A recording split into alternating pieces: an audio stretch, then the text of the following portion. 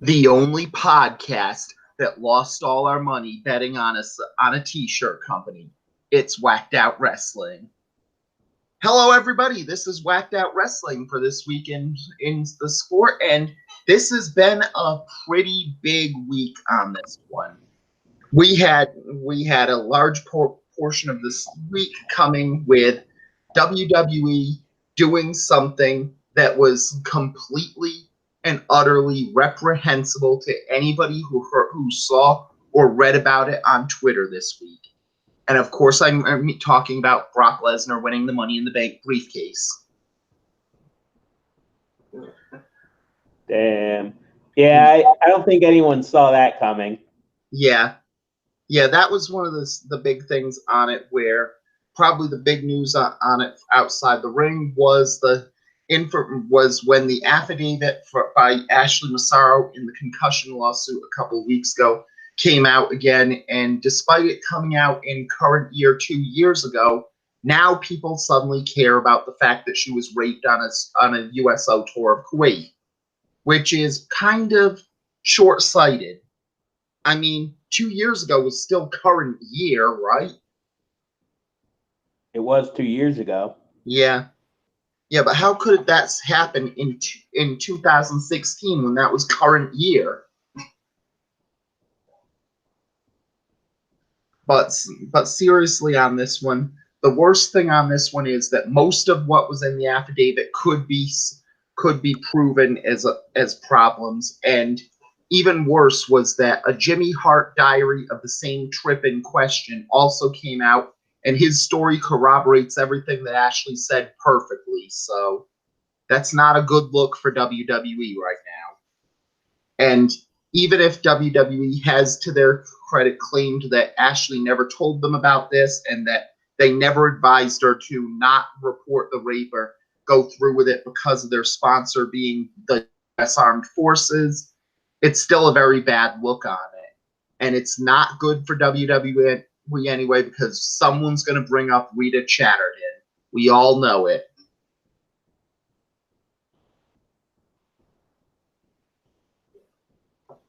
And for the people who don't know on that case, she was the first female referee of WWE who left the company because she claims that Vince McMahon raped her in 1985.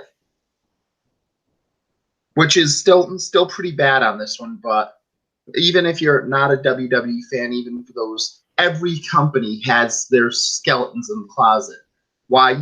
Chikara is very family friendly, and I heard the former commissioner of Chikara raped and murdered a young girl in 1990. Oh, good Lord. Yeah, that's the problem when they hired Bob Saget, who of course raped and murdered a young girl in 1990. Gillette, the best that men can be. Yes. And but going into the actual stuff that happened this week, luckily there's so many other things to go through on it. And we had the other point for this one where we got to see this full show on Money in the Bank and hope for all the things happening. In the first match on this one, we had a tag team match that was hinted as being a title match for weeks until they just suddenly said it was a non-title match. Due to WWE non-title match rules, that of course means that Daniel Bryan and Rowan were going to lose to the Usos. And by an astonishing coincidence in the pre-show match, the penitentiary experience beat the environmentalist experience to get the non-title victory, which probably happened due to wild card rules anyway, so was what it was. Yeah, I do get the idea that the booking staff on this one was a bit fickle. It was very impotent. Change it. And then as it went through, we had the first part of it as the women's championship match came first, as Money in the Bank ladder match was on the line, as we had Carmella, Dana Brooke, Ember Moon, Mandy Rose Naomi, Natalya, and Nikki Cross go through. And at all this time, there was the fans want and the new Money in the Bank winner. It's Bayley. And that honestly was a pretty good move because, again, like I said last week, it seemed like it was time for Bayley to turn heel, and it seemed like the end of the Becky Two Belts gimmick was ready, but losing to a blonde would just be the same stuff that went for the problems. And hopefully that could change on it. We'll get back to that later. I'm sure we will. Yes. And then we had the next match, which was a calm down, as Rey Mysterio faced the other guy, some other Samoan guy named Joe, who has a claim to being Dominic Mysterio's current father, and he tried to get the United States Championship. And this match was relatively short in itself and went through normally, but ultimately Rey Mysterio won the United States Championship. And with this run, we're sure it's one of the most surprising things of this week, as Rey Mysterio got his first United States Championship reign in the process, which just seems weird because it was the title of WCW. Rey never held it there. It was traditionally the title of SmackDown. Rey never held it there. It always just seems like Rey should have been United States champion for a long time, and he just never got around to holding it. Thoughts? Yeah, I found that a little bit weird myself. You know, like you said, it was one of WCW's signature belts, and the idea that they never gave him a run with it. When then again, I don't know. I think that might have been more a consequence of WCW having the nasty little habit of like the double-edged sword of the cruiserweight division, where they had great matches in the cruiserweight division, but basically being a cruiserweight often meant that you probably weren't gonna get a singles title as long as you were wrestling outside of the cruiserweight division, as long as you were wrestling in the cruiserweight division. I say singles title because there was a point in 1999 when he and Billy Kidman were actually the tag team champs. Well, it's also weird on that one because even the singles title thing was a little inaccurate because Chris Jericho was a cruiserweight and he held the television title as a very memorable reign. Dean Malenko was a United States champion as U.S. champion, and Eddie Guerrero, I believe, was also a cruiserweight, and he also held the United States championship. All right. So it was possible. There was someone else who did that too. Yeah.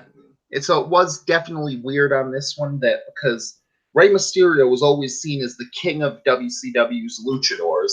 I mean, the guy beat Kevin Nash, so you'd think that would be he's ready for a U.S. title reign. That's true. And Kevin Nash is 7 feet tall, and based on what we've been told, you can't teach that. Exactly.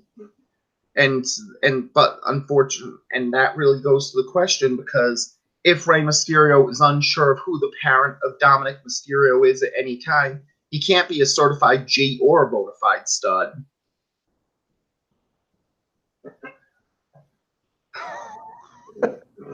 But yes, this was at least righting a big wrong in WWE history as Rey Mysterio won the WWE United States Championship. And hopefully he will hold it for a long... Oh, crap.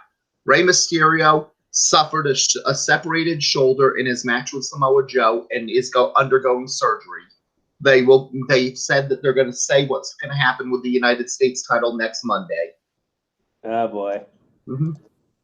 And this is just bad on it, where he had come back and had been so good at not being injury prone on the independent scene, but when he came back to WWF, if this is getting back to his injury prone nature that killed his career last time he was there, it might be better if Rey Mysterio leaves the company just so that he can stay relatively safe, healthy on it, where it seems like now it's the question, do you want Rey to have 125,000 miles a year and coach or 250,000 or 50,000 in first class. Yeah, well, at this point, it's probably more, do you want Rey to be able to fly without one of his wings falling off? Yeah, that's one of the weaknesses on it. But luckily, on the plus side, WWE is covered for that. They have the Lucha House Party, so they have other luchadors. They have both Cesaro and Peyton Royce to do the 619. They're pretty much covered for a post Rey Mysterio world. Yeah, they'd be able to weather that storm far better than they were when Hogan left. So Yep. It still would be a good question on this one for if they did this, they can get him to AEW where he did work the All-In pay-per-view last time, so he has a possibility there. And with the rumors Jake Hager said at Bellator that AEW is trying to bring him in, we can finally get the WWE 2K video games tag team we've all been waiting for, and have the team that would just be jacking it in San Diego.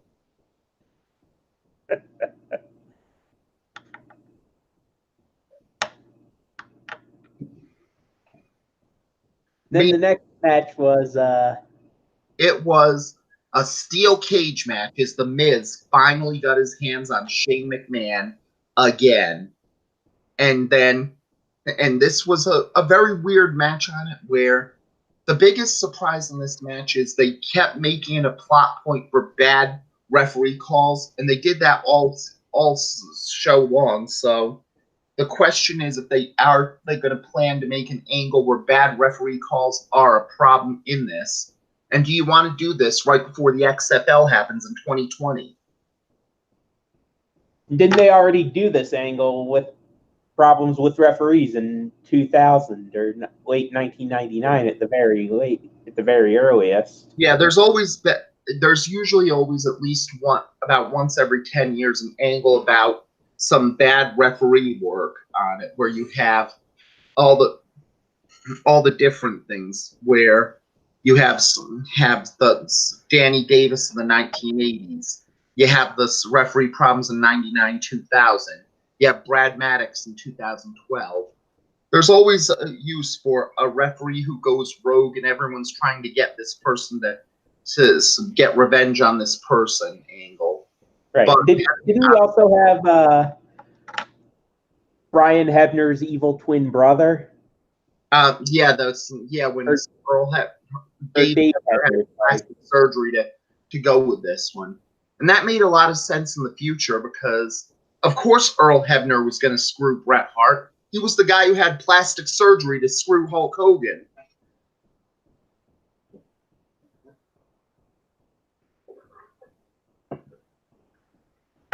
But yes, this one was a good match, and it seemed like Miz had him. In what's clearly a blow-off since they're now on different shows. And Shane McMahon won by being too sexy for his shirt. Too sexy for his shirt, so sexy it hurt. Yeah. But anytime it goes through, I mean, they had to do it. I mean, are you going to see a 48-year-old man strip on Double or Nothing? No. Well, maybe if Chris Jericho decides he needs to do so before the match, but that's something you can only get from WWE action. Hey, in related news, did you know that the Game of Thrones finale was on the same night at the same time as this pay-per-view? That ties into this match as 205 Live gets on the live show. And there's a number of reasons that 205 Live has put on great matches. They put on great They clearly did it so Arya Daivari would be on the pay-per-view so that anytime Arya did something on Game of Thrones, they would be able to say, oh, they're just talking about the Cruiserweight match. Which is just bad. And what does Arya say to the championship belt? What? Not today. Exactly.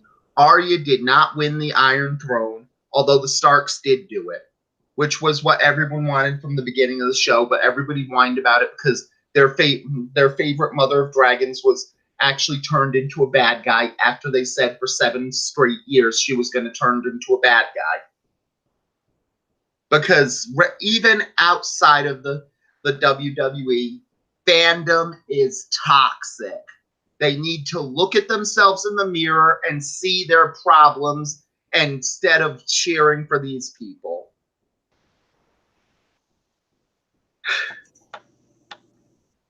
But even beyond this, it was still a problem where the match wasn't bad, but ultimately it had the problem where it shows how far 205 Live's fallen, where a year ago they had people like Cedric Alexander, Buddy Murphy, Mustafa Ali, and now the top guy in 205 Live is he has abs. But so does Finn Balor, so he's not even special for having abs. And Tony Nese kept Arya Daivari from the Iron Throne, which is probably good because Drogon would just melt the thing anyway. Because we don't care about spoilers in this place. Yeah, we're probably going to get a few angry comments for that one. Honestly, I don't care because ultimately, Game of Thrones fans need to realize you were watching a show with a lot of colorful, interesting characters all fighting for a title that only one person could win, and no matter who won it, you'd be devastated that it happened. You were wrestling fans, people.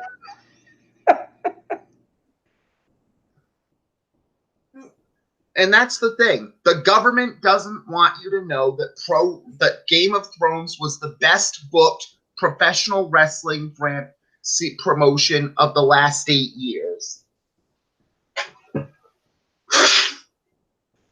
I mean, all the pieces fit just beyond those ones. You had all the things mentioned there, and you had heel turn after heel turn, shocking moments where people leave the company beforehand.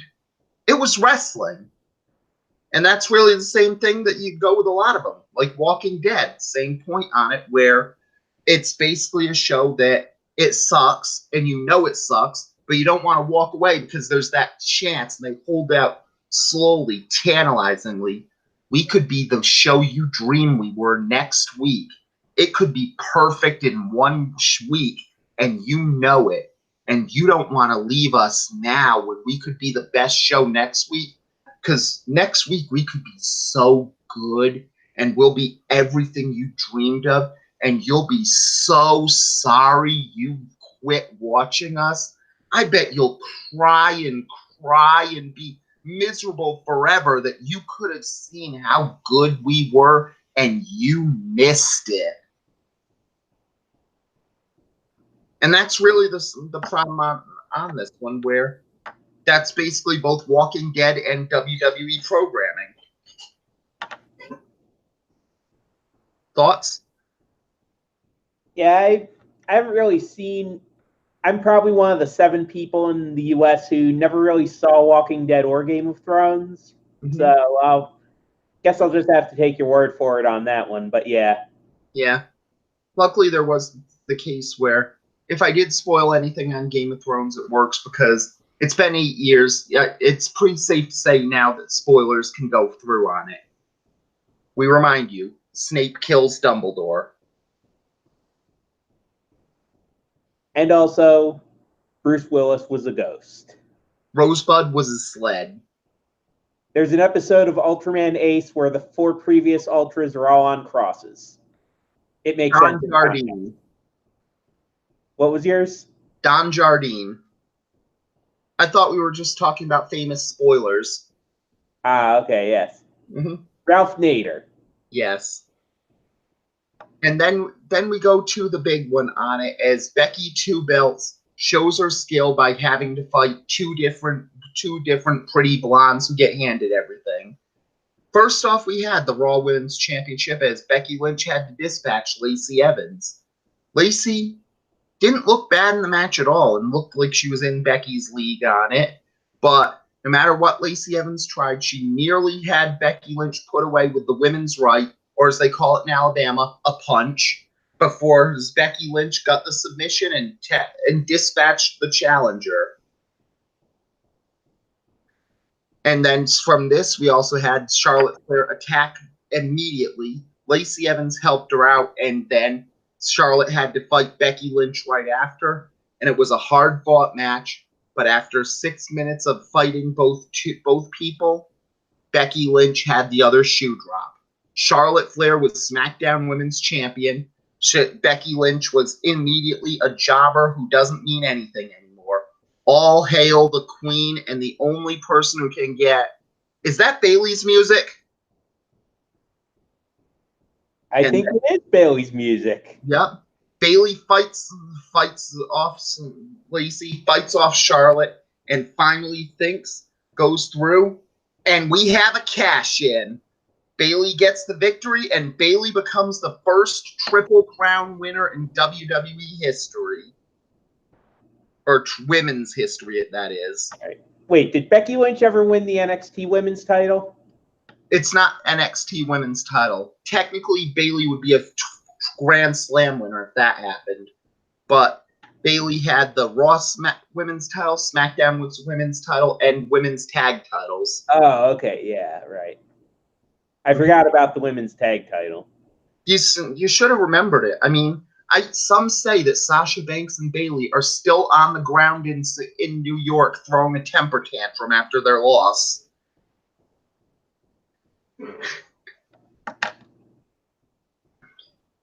But anyway, it's not Bayley, at least. Yes. From there, we had a cash-in match, which is notably short on the show, and always a problem. So the next match was somehow shorter than that, as Roman Reigns defeated Elias in 10 seconds. And honestly, this is what you should be doing with Roman Reigns. Oh, absolutely, yeah. Yeah. Roman's the type, if you want to make him the ass kicker, have him kick some ass. Have him dispatch guys quickly. Have him go through, win the title without breaking a sweat, and then just steamroll through everyone. Beat everyone quickly and decisively. And if the fans like him, have him beat him twice.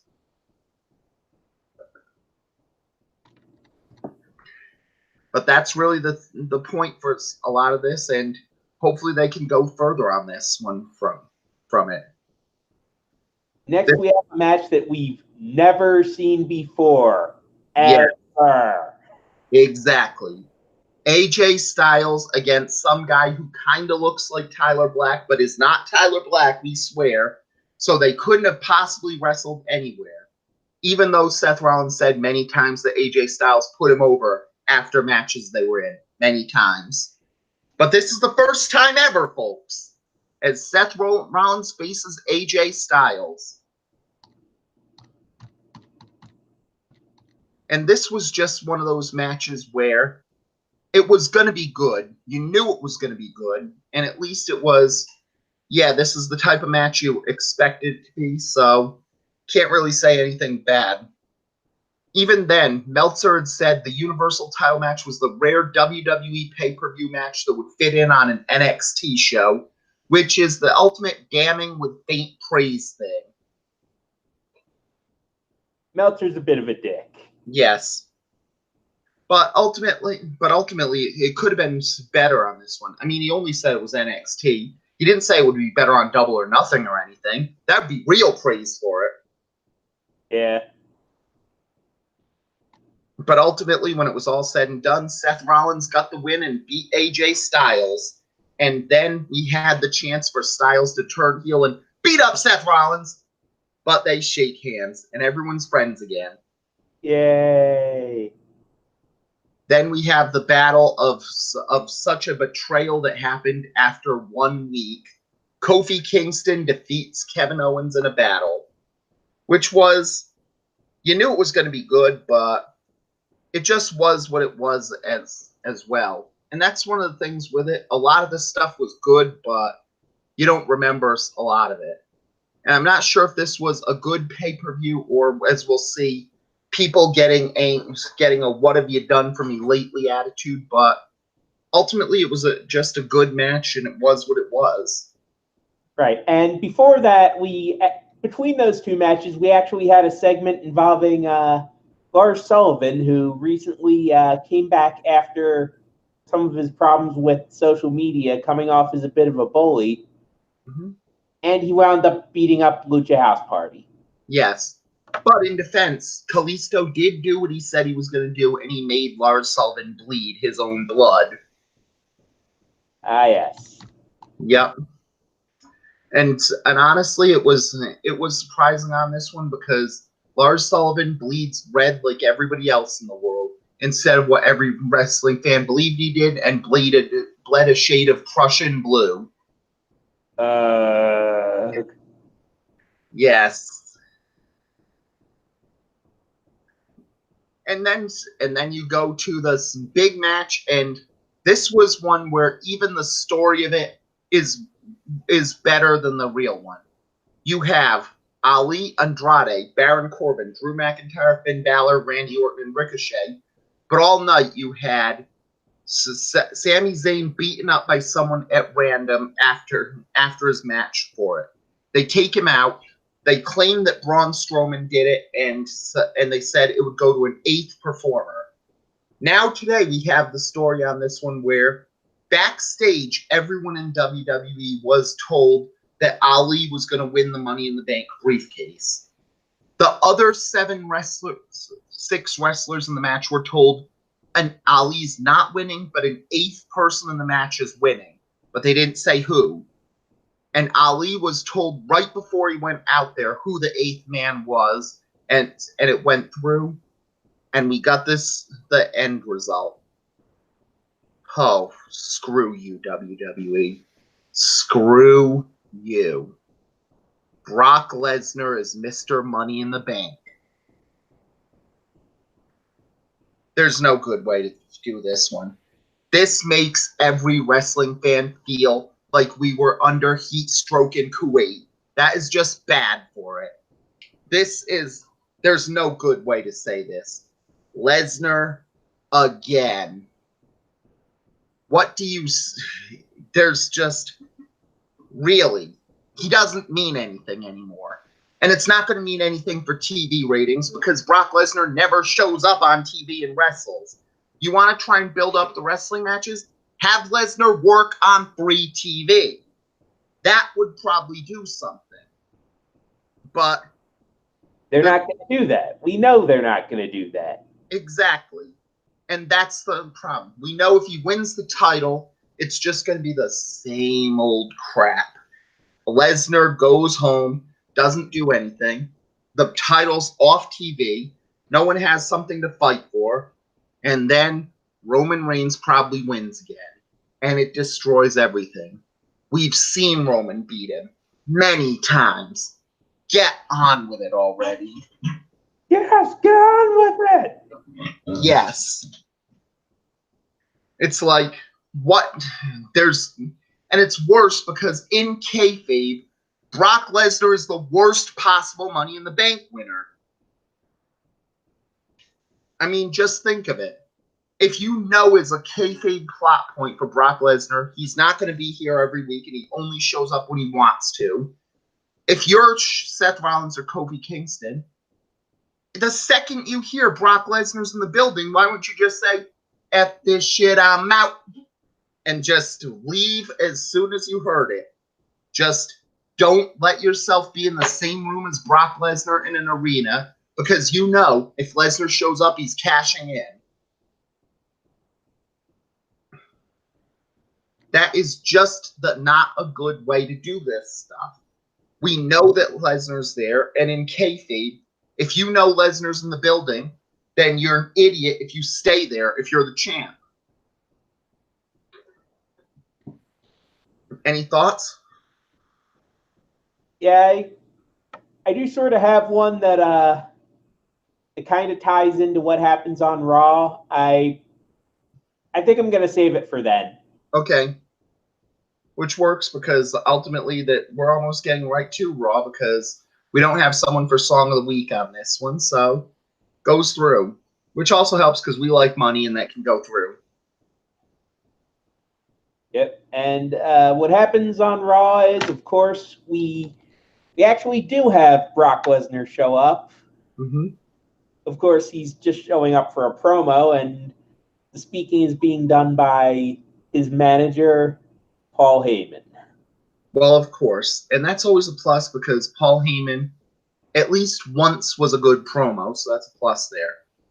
And all the conspiracy theories were simple, and he just said, nope, Lesnar just attacked Sami Zayn and made a deal to get in the match, which is about as disheartening a possible thing as it could be. No agreements with the McMahons, no real conspiracy there, and it's just, nope, I beat this guy up. I'm in the match now. And then you have Rollins come out first and wants the challenge, and Heyman claims his girlfriend main events WrestleMania, and he didn't. And they keep going with the same thing of trying to talk about the Seth Rollins-Becky Lynch relationship when, honestly, I can see why they're doing it, because you know that WWE was begging for a moment where the men's world champion and women's world champion were both dating, but either shit or get off the pot with it. Make them an allied unit in WWE programming or just ignore it. Yeah. And then we get Vince cutting the brakes as Kofi Kingston comes out. And Kofi also wants the shot at Lesnar, ignoring that Lesnar beat him in 3 minutes in Japan before. So that's also a problem.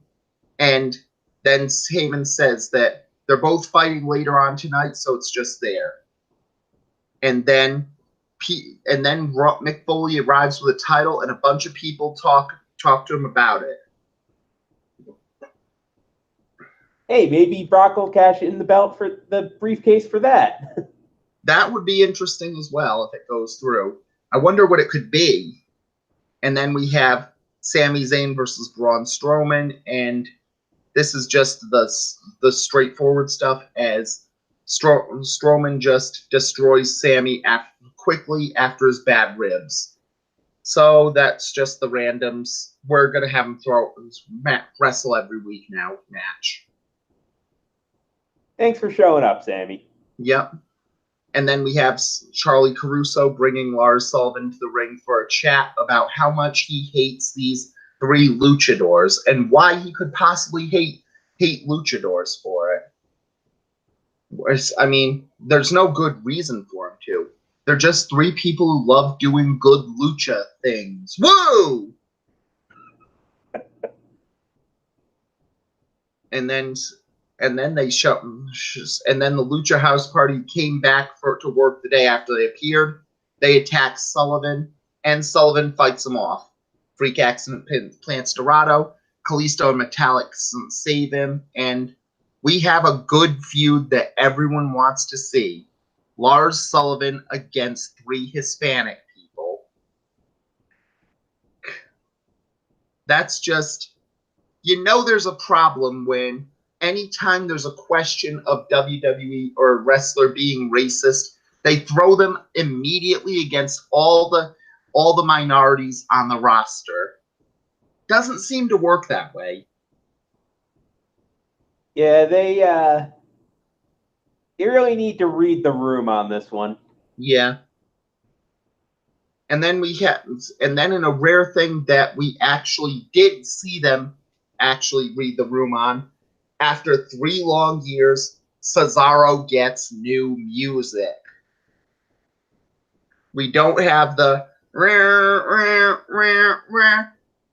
will respect Bret Hart. Holla if you hear me. That goes through again. As Cesaro takes on Ricochet in it's going to be a good match, but it's still a case as we have just Ricochet continuing to sell his ladder match injuries, and Cesaro continuing to utilize those injuries for it, which was straightforward. Yeah. Perfect heel psychology. Yep. And of course they have the big battle as we get what we came here for from these 2 wrestlers. An ad for the Secret Life of Pets too. From the people who brought you Despicable Me. Yes. And the minions. Yeah. But this is the point to see the movie. There's no minions in Secret Life of Pets 2. But it's still a weakness for this movie because if there's no minions, what's everybody's aunt or grandmother going to put in their Facebook profiles or pages? Think of the memes, people. Exactly. This is Secret Life of Pets 2 may be a good movie, but it's not as dank. The dankness is needed. And then you go to the next one as we have AJ Styles claiming he can beat Rollins, and Baron Corbin says that he deserves the shot because he beat Rollins. So now we have to see if AJ Styles is a miracle worker and can make Baron Corbin look good.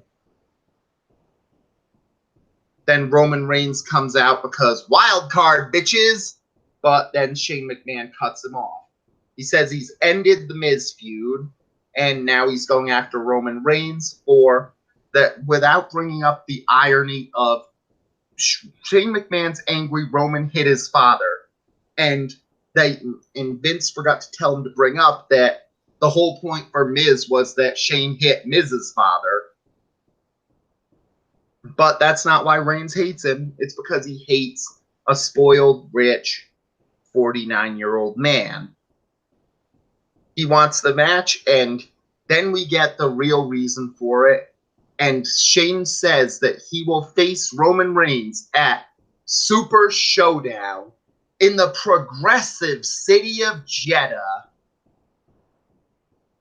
This is going to be the good one. It'll be as good or better than WrestleMania. This will be the best show you've ever seen.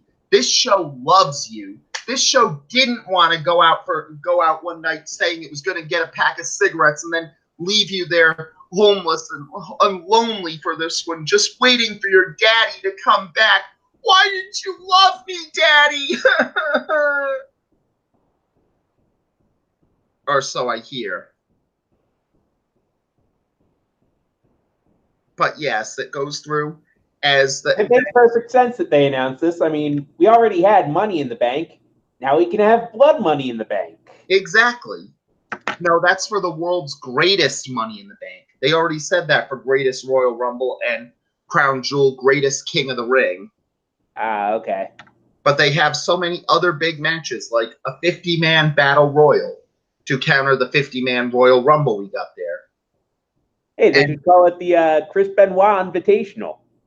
I don't think that they prefer that many people who murder people in Saudi Arabia. It's giving up competition. Walked right into that one. Yeah.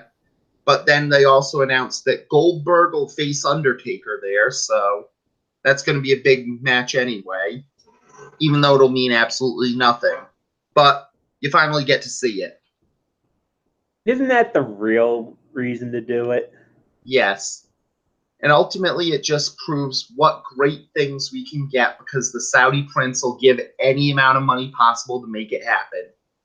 Which is why I'm waiting for the Saudi prince to offer. I want, at Saudi Arabia, a completely logically booked show that will make fans happy and will pay off in conclusions that the fans want to see as happen. And this will be a show made to make fans happy while also not just being random stuff. It will have payoffs that lead to things in the future. And in addition, you will give the Saudi prince the script 1 week in advance. And if you make any changes to the script after it's been approved by the Saudi prince, then WWE forfeits all money for that show. You cannot make any changes whatsoever the night of the show. Because that's the only way we're going to get to see Vince say, nope, I'm canceling the contract. So then we get a recap of all the things that the Usos have done to the Revival. Because Lord knows we could have a great feud between two great tag teams. But instead, we have to have them shaving their back and doing Uzi hot. Because WWE hates us and does not want us to be happy. And that's a sad thing on this one, because this match was a good match, perfectly solid, and the Revival get something by cheating to win. That's what you'd want for the match. And it keeps going and has spilled as right after we see Nikki Cross apologizing to Alexa Bliss, and the Revival come in to say they should be the next guests on it and celebrate, as if WWE is trying to get them to re-sign, they're not doing a good job. And then we got the Firefly Funhouse as kids play, and it breaks down to images of "Let Me In" and a close-up of Bray's mask saying "Let Me In." So this is why we're still waiting for Joey to come back, because he's got a lot of stuff on this. Did Paige here make a comeback? Yes, she was in this one. So all your favorite characters were there, involved, including Rambling Rabbit, who was alive again. So he presumably didn't get his deal with AEW to come through.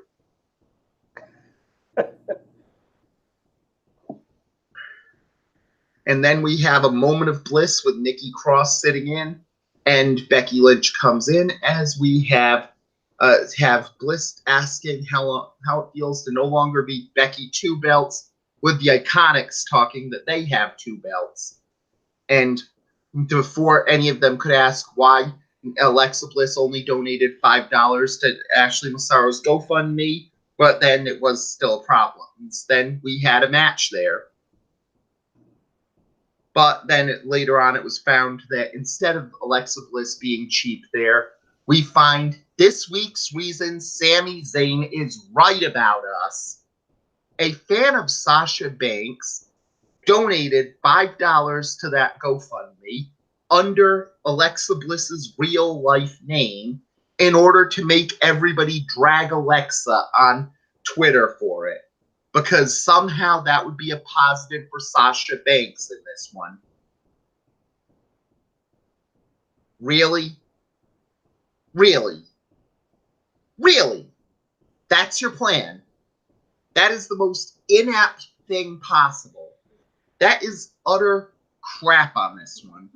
One good thing about the GoFundMe is that we're seeing how generous the fan base is and how much the women's wrestlers of today support the women who came before them.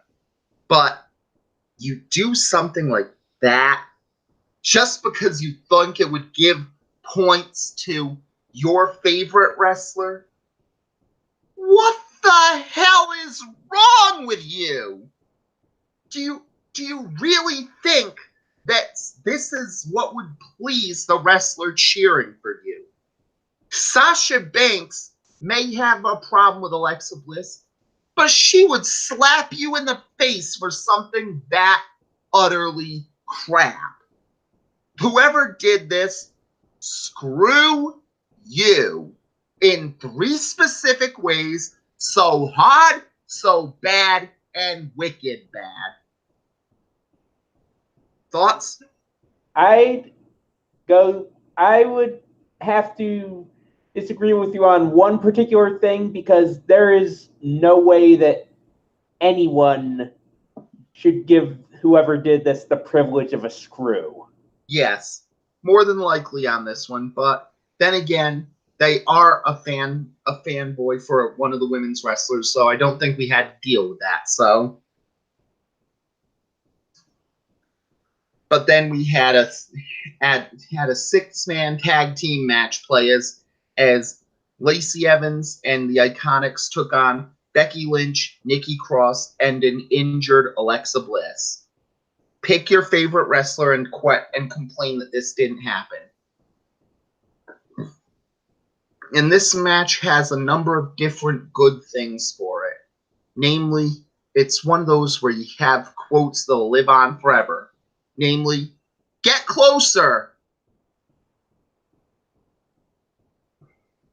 And that one just was basically what everybody hears on it as Becky Lynch gets the pin with a middle rope leg drop and beats the champions again. But at least it couldn't be normal because a champion beat the champion, so it's not even. It's even there. And meanwhile, this Alexa Bliss was everyone's spirit animal on this one because she cared more about her coffee than the match.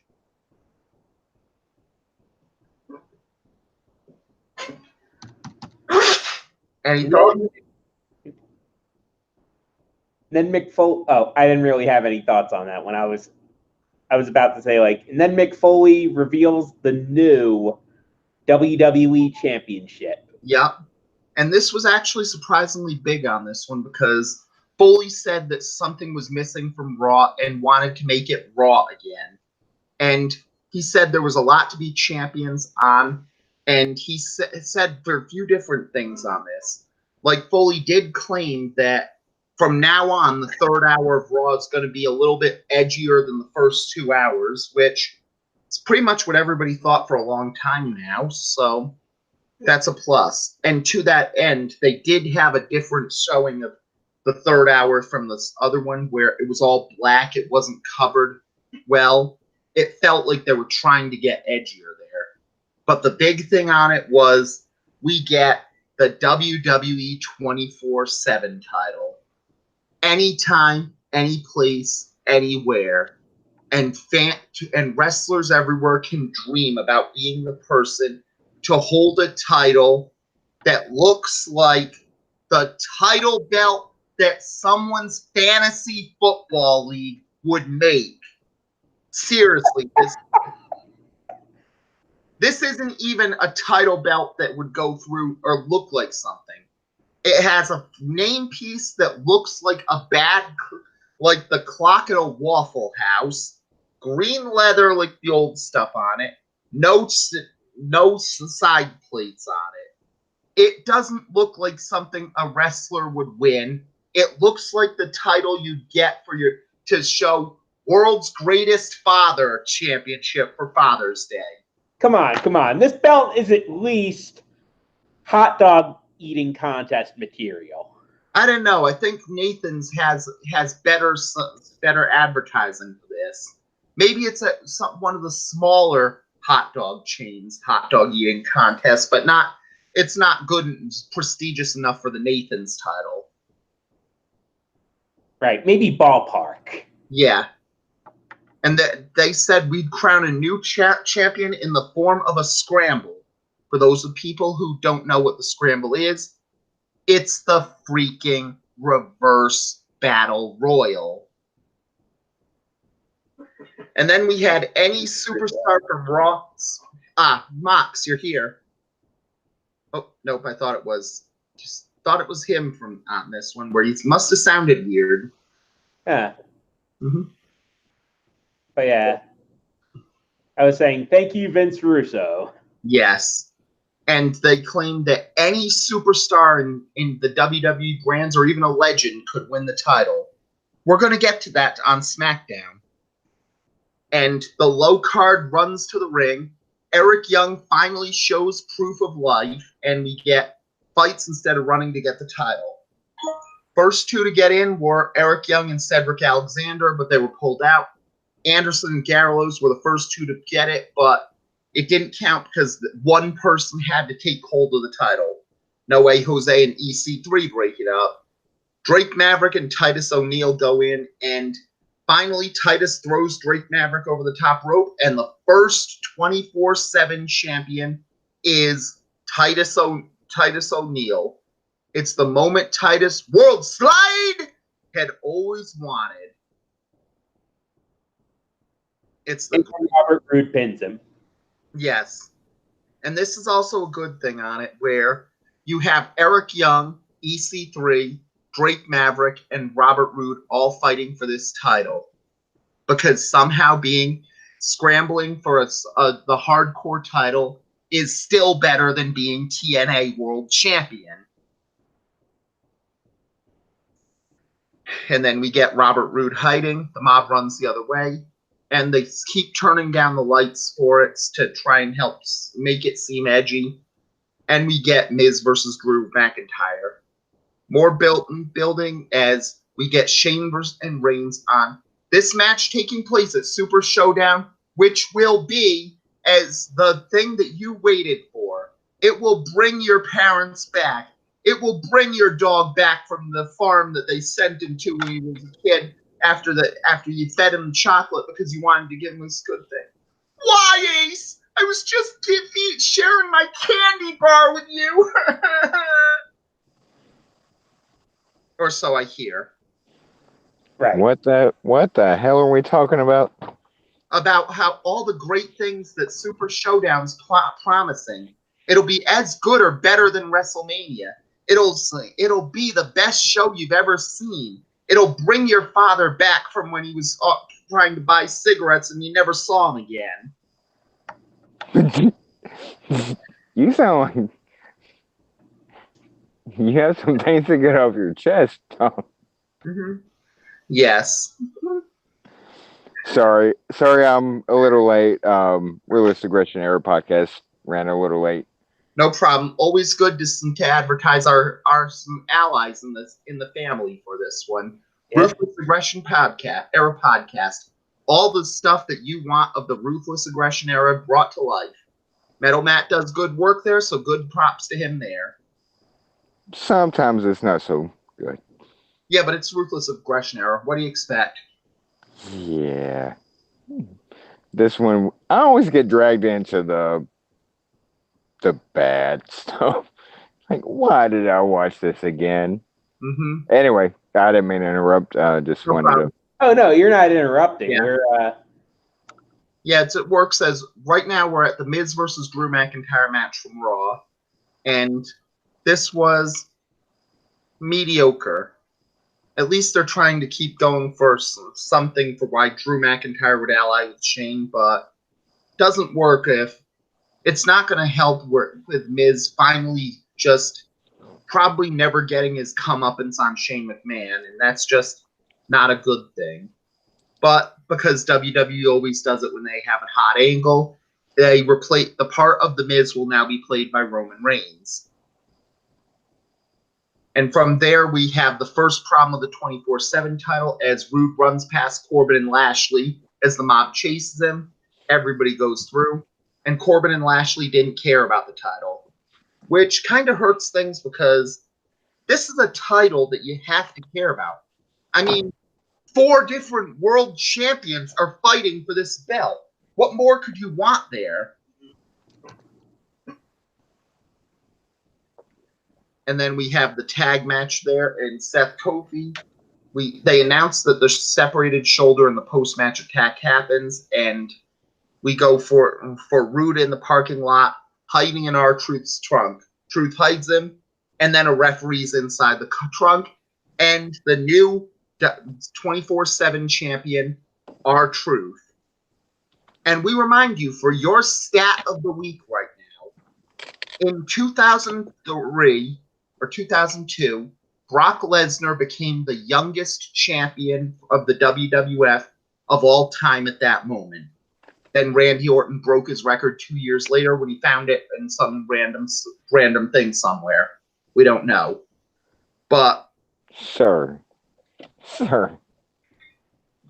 Randy Orton and Brock Lesnar were the youngest champion at the time they won the belts.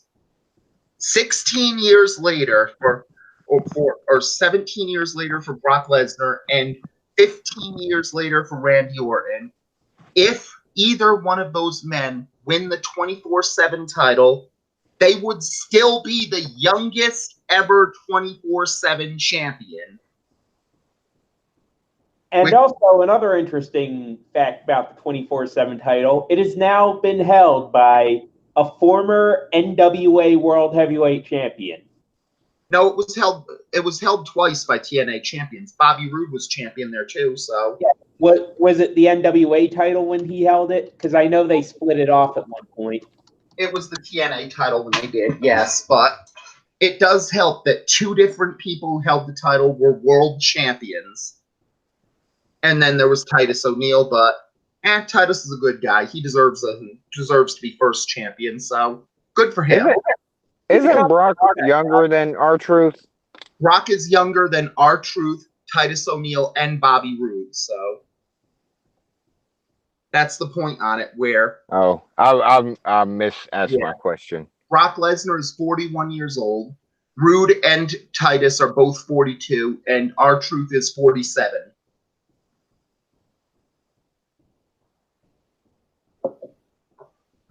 So then we have the main event as Seth Rollins and Kofi Kingston take on two of the three-man Bland, and it was Bland? pretty much, yeah. That's one of the skills of Corbin and Lashley. I mean, Corbin is the reason that Raw sucks, and Lashley looks like money, smells like money, he is money, but they have a magical skill of managing to make people not care about Seth Rollins and Kofi Kingston.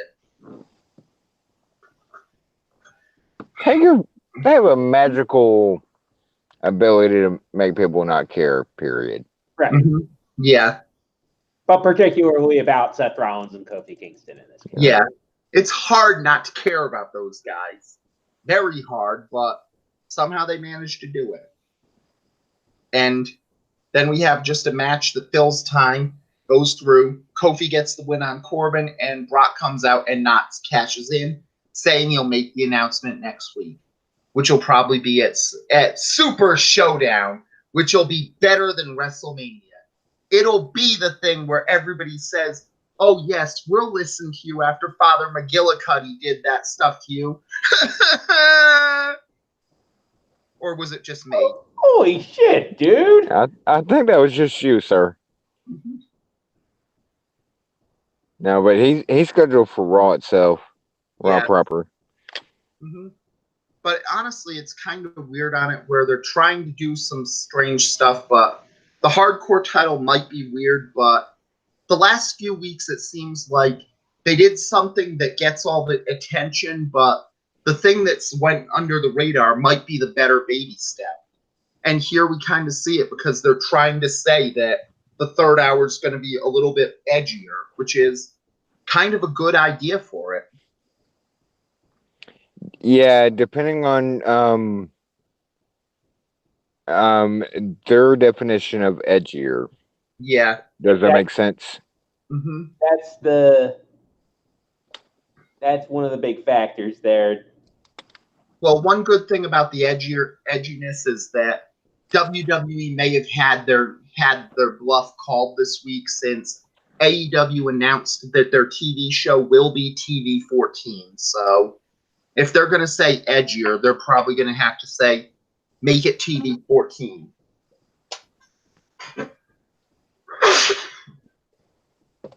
And honestly, you'd think that it would be a good way to do it because you can split the show up into 3 hours or 2 hours and get 2 shows with really good ratings.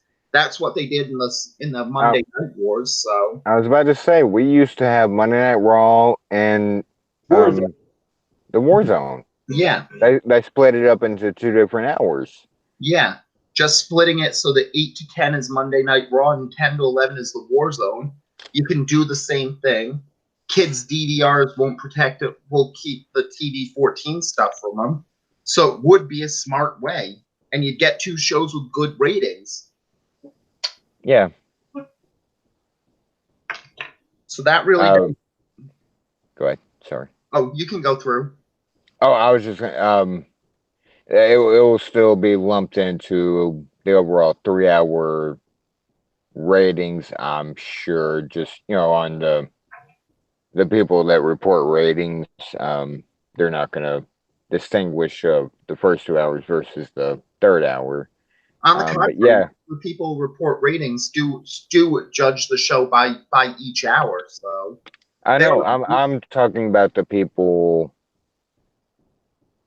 those people of an overall, not the actual people that hour by hour, the quote fans or quote unquote reporters, those kind of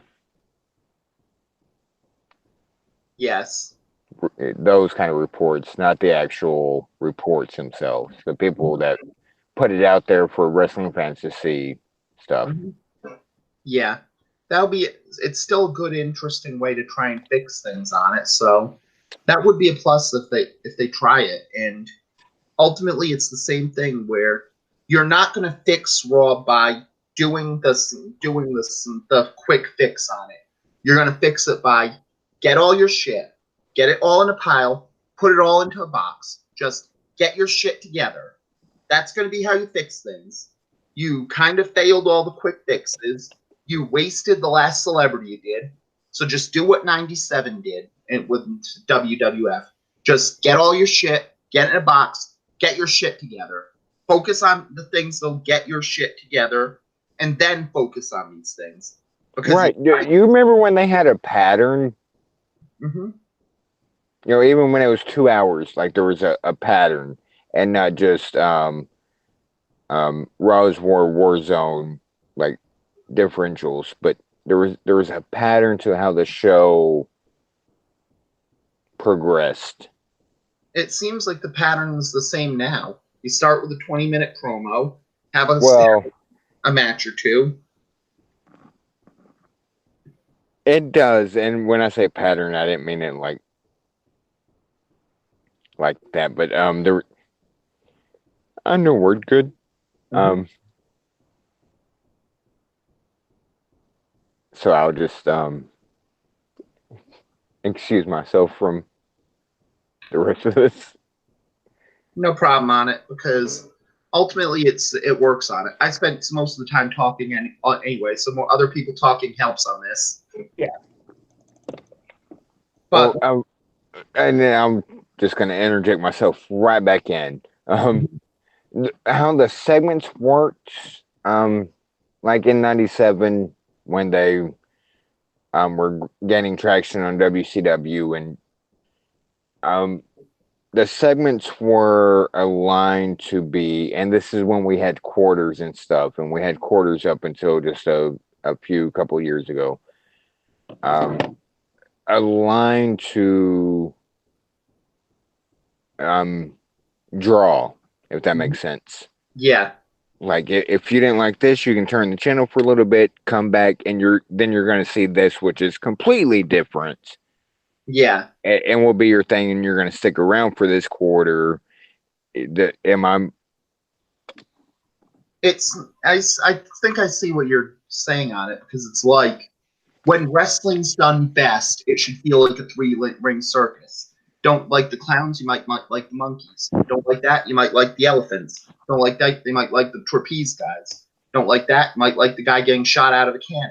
You just need something different at every different Just part. whatever you do, do not invite the insane clown posse to your circus, and you'll be fine. I don't know. They can always get the juggalos to show up, so that leads to hot crowds. That's what you need too, so. Anyway, sorry. No problem. But speaking of these ones, we have the other one of a live live appearance on this one, as SmackDown Live was local, and I got to go. So, and we have and from each thing we had for it, didn't see most of the things advertised going into it because I left for the show early. The pre-show dark match one for this was Heavy Machinery versus Shelton Benjamin and Jinder Mahal. And, of course, the actual tag team won, which is proof that even just being the dark match one is proof that Heavy Machinery has no chance. So, naturally, they get their first T-shirt this week. And that's honestly a good thing on it because Heavy Machinery is good, but they just seem like they got the call up too early. Yeah, as much as I love them, I kind of have to agree. Yeah, it's weak because they have some fun. Otis just brings joy, so you can't really. Otis is life. Yes. Otis is life. Mm-hmm. He's every older wrestling fan's spirit animal on this one. A big fat dude who just shows up, crushes people, and geeks out over the pretty ladies. Pretty lady. Nice ladies. But yeah, I'm surprised. Just to interject something real quick because we still have main event that shows up on the network on Fridays after Raw. Superstars got canceled a couple years ago. If they're still going to do pre SmackDown dark matches and stuff, why not televise it? And when I say televise, I mean make Superstars still a network exclusive, and put those matches on air. well, it's mostly the fact that honestly, the big problem is there's only like one match to use for it, and so it's kind of real hard to build a show around one match. Like in the days of Jacked and Metal, you had like 2 or 3 pre-show dark matches on it, and you could just build around those things. Even with main event, you get 1 or 2 matches for that one, but with SmackDown, they only have one match to go with. Yeah, and I get that, but I mean, they recap Raw and SmackDown and even pay-per-views enough, like, and it doesn't even have to be an hour like you used to, like 30 minutes, put it on the network, show us that match, the one match, and then recaps and whatever else you want to show, and what's coming up on the network, what's just came out on the network. Like, I get why they do it to a degree of, especially on Tuesdays, of these are like really, green's not the right word, but like, I just, why not? Well, why did it get canceled? Yeah, honestly, that's one of the things on it because ultimately just 1 or 2 dark matches, and heck, just throw in the house show match of the week, and you can have bigger names on the show. Yeah, you get what I'm saying. Yeah. And heck, if you do it right, you just show recaps of Raw, SmackDown, even NXT, and get things set that way as well. Yeah, with one, and include the one match, the dark match from SmackDown that nobody's seen, and for the match that nobody's seen. Yeah. With a whole bunch of recaps around it. That's what it was to begin with, except with more than one match. Heck, It's not going to cost you anymore. Or even if you're doing that one, just bring back Saturday Morning Slam. Like, for instance, Saturday Morning Slam was so fun. Yeah, and that was one of the proofs of why people saying, "Oh, AEW's TV 14, it's going to kill WWE on it," is just it's crap. You can have a shitty show at TVMA. Anyone who saw XPW knows exactly that fact. Oh, yes, Lord. And you can have an amazing show at TVY7 because Saturday Morning Slam was just so much fun, and that's all you need for a good wrestling show. Just are you agreeing with me, or are you picking on me? Because I thought it was fun. I think he's agreeing. I'm definitely picking up agreement from him on this. Yeah. Okay, I just I also agree. I also agree that you can have a good show that is quote unquote for kids, and you can have like a bad show that on paper is a mature, is a quote unquote mature experience. Yeah. And that's really the thing that we know, that most TV fans, if it's real, if it's good, if it's fun, they're going to feel it. I mean, crap. The biggest movement of the last decade was men who enjoy My Little Pony just because the show was really, really fun and good. That says that fans will seek out a good TV show no matter what it is. Yeah, it's we get it. That's the problem is a vast majority. But every Saturday, like when Morris this was years ago, obviously, when it was a kid, every Saturday it'd come on at 10 a.m. our time. And sometimes he would already be awake watching cartoons. It came on our CW channel. I don't know if that's how it was everywhere. Yeah, it came on. It was one of their. It was I guess the term. I don't want to say syndicated because I think CW is like an actual network, but yeah, it's part of their. It was part of their Saturday morning block back when they still had those. Yeah, but 10 a.m. every Saturday morning. Whether we stayed up late watching goofy movies and stuff, but every Saturday morning, 10 a.m. I don't sleep very much anyway. But we would gather around and watch Saturday Morning Slam because it came on at 10. It was not just funny, but it also had the wrestling. Like Mick Foley being the commissioner of Saturday mornings or Saturday Morning Slam. Like it just encompassed at the time like all his interest. Like it had the wrestling. It was funny. It was Yeah, it was funny. It was good. It even added stuff to characters, like how we learned that Daniel Bryan loved to wrestle fat homosexual men. Sir. Well, he said about how he wanted to do all these moves to a bear. So, Sir. Wasn't that the one where he rolled up into a ball like to avoid getting pinned? I think it was probably part of the show on it. So yeah, like and I he had a great remember seeing like a GIF on some site where it was just like he was sort of tucked up into a ball, and his opponent was trying to roll him, like to get him into some kind of pinning configuration, but couldn't manage it because he couldn't get his shoulders down to the mat because he was. He started doing the tornado. You had great spots like that, like William Regal selling for Little Jimmy, things like that worked on it. So,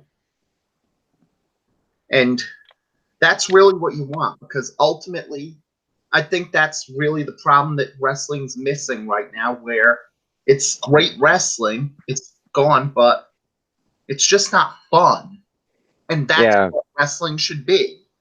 And I'm glad you use the word wrestling and you don't pigeonhole WWE.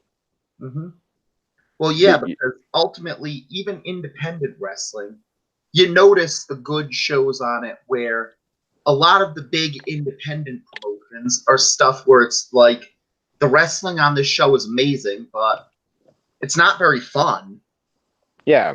Yeah, New Japan is the same, where it's great wrestling. You know it's an amazing match, but you don't feel like you're having fun watching this.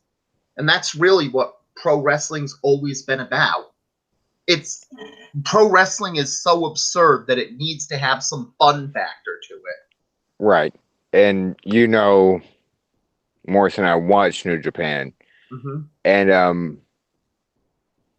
New Japan, like he is like eyeballs to the screen, but he's just trying to and digest what he's taking in without the fun aspect of it. Is that making sense? Yeah. He's just seeing what he sees, and yes, there's some cool moves and great stuff. Don't get me wrong, but that fun part is kind of like, for instance, Bray's Firefly Funhouse. Morris laughs. It's fun to him. Yeah. It's fun. That's what and I'm not saying like every segment in wrestling should be comedic, like you should laugh at it. But there has to be a balance. Yeah. Like you should like, holy shit, this and ha ha ha this. Like it doesn't have to be all serious all the time, and it doesn't have to be all comedic all the time. Yeah. Like there's a balance. I think the New Day is a good example of what it was, because yes, New Day was boring on it. It was mediocre, but since they really clicked as heels, the New Day has always been incredibly, incredibly fun. It's impossible to watch a New Day sketch and not feel how much fun they're having and have that radiate to you, so you feel like you're having fun watching them. And eventually that's why you have Kofi Kingston at the top, where eventually as they go through and you get that connection from these things, eventually you do have to take the leap of faith and make him the champ. You can still enjoy something, but also know something's amiss or missing. Like, man, I really enjoyed for what's going on right now, Best of the Super Juniors. Mm-hmm. Like I enjoyed tonight, but there was a lack of fun in it. Just you see what I'm saying? Yeah. Strange because like Super Junior matches or like cruiserweight matches or lucha libre matches or whatever the particular counterpart is in whatever promotion are generally like very entertaining to watch. You know, like Yes, And which is fun to a degree, but not fun, quote fun. yeah. And it's also a case because in the ring, that's where you're going to get most of the great action, most of the things that people love on it. But no matter how good a wrestler is in the ring, there's a point in time where, okay, I've seen Rey Mysterio do the 619 probably thousands of times in my life. It's good, but there's no fun in seeing Rey Mysterio do it because I've seen it so many times. I know he can do it. It's not surprising. And that's really a problem with wrestling on it, where eventually, no matter how good they are, it's not going to be that fun to see a move once you've seen it so many times. Yeah. And that's ultimately the big point on it, where, again, it ties to the same thing a lot of cases have, where if people wonder why the Total Divas were ratings draws and it took a while for the women's evolution to click, it was because for years they hyped up can have these Total Divas who are like Barbie dolls come to life. They all hang out with their friends. They go on great adventures together. They have the most handsome boyfriends in the world. They get to live the life every girl dreams of doing. And then you have the Divas Revolution women. They're good for you. These are the toys that are going to make you learn. You're going to learn while having fun. And it's like when people say the Playmobil movie's coming out, this one versus the Lego movie, it's like, bitch, no one was having fun playing with Playmobil as kids. They were waiting for the Lego stuff. They wanted the adult giving you Playmobil in your life was that adult you were saying, I secretly resent you. I'm not giving you a kiss when I see you say hello to you on these things. You're the one giving us the bad crap on this one. Give us the fun stuff. And that's ultimately the problem, where if you sell one choice as the fun one and the other choice is the one that's good for you, kids are going to pick the one that's fun. Right. And not just kids. Mm-hmm. Like, exactly. You're going to pick, excuse me, you're going to pick what's more fun. And I guess in this equation, fun equals entertaining. Mm-hmm. Like, you're going to pick the one that you're more entertained by than, do I dare say, the better story? Well, it's like you almost the weird thing on it, because it's like better story usually is inherently entertaining as it goes through. Well, that's why I know we're good. Yeah. Usually stuff like, for instance, Okada and Omega was an amazing match and the story went through, but it was almost like you have to do homework for this, and homework's not fun. I see what you're saying. Yeah. And that's ultimately the big thing on it, where we see it as the problem with NXT right now, where it doesn't matter that you had people like Neville, like Sami Zayn, who were having amazing matches in 2013 or 14. The 2013-14 NXT was just so much fun to watch. And it didn't matter that a lot of the people weren't as good as the wrestlers you'd see on NXT today. It was so much fun to see them and see them rise the ranks. And when they made it to the main roster, you had a connection for them. You felt like you were there from day one for it. By contrast with takeovers now or NXT right now, it's like, yeah, I know you're good. I've seen you on the indies. And your character? Yeah, I know the character. I've seen it on the indies. Or you have to Google who Kushida is. Yeah. Well, that's ultimately the problem on this one, because even with Kushida on it, it was like, yeah, it's incredibly fun to have Marty McFly in a pro wrestling ring coming in, but if you know Kushida, you aren't surprised by that at all, because you knew even in New Japan he was Marty McFly in a pro wrestling ring. Yes, yeah. That was his thing. That's. And that's ultimately the problem on it, because that's why it was better when you had people who were willing to do something different, even with their indie credibility, because now it's like, oh, Kid Kushida coming out at Wrestle Kingdom to introduce Kushida was man. But if you don't keep up with New Japan or watch New Japan, and then all of a sudden he shows up to NXT, you're kind of lost, for lack of better phrasing. Yeah, and that's ultimately the difference, because it seems to be the current way of the 2000s fandom on it, where it was for music, for example. Oh, you like that song? Cool. Here's the album. Here's a few other albums they made. You should really listen to them if you like this. And then it went to, oh, you think you like this band because you like this song? Name me 3 other songs you like that weren't on the album. Name me what your favorite song they only play in live concerts and never released in these things. What was your favorite band from their side projects they made before forming this band? You don't have one? You're not a real fan. Go listen to Justin Bieber, like all the hoi polloi. Leave it for us. This is our band. And then eventually in 2011, they just said, screw this, I'm going to go listen to LMFAO. That's at least fun. And because of that one, that's what led to the new national anthem. And since then, every day we've been shuffling ever since. You're an asshole.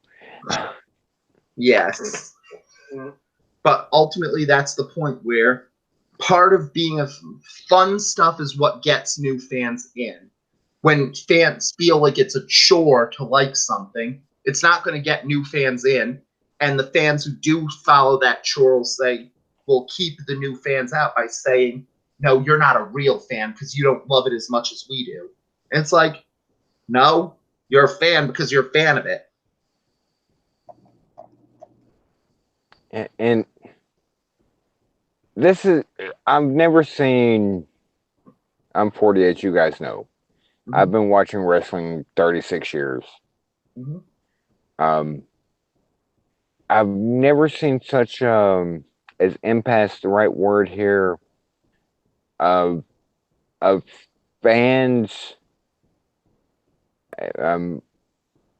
retaliating or dismissing at the same other fans in professional wrestling as much as there is today.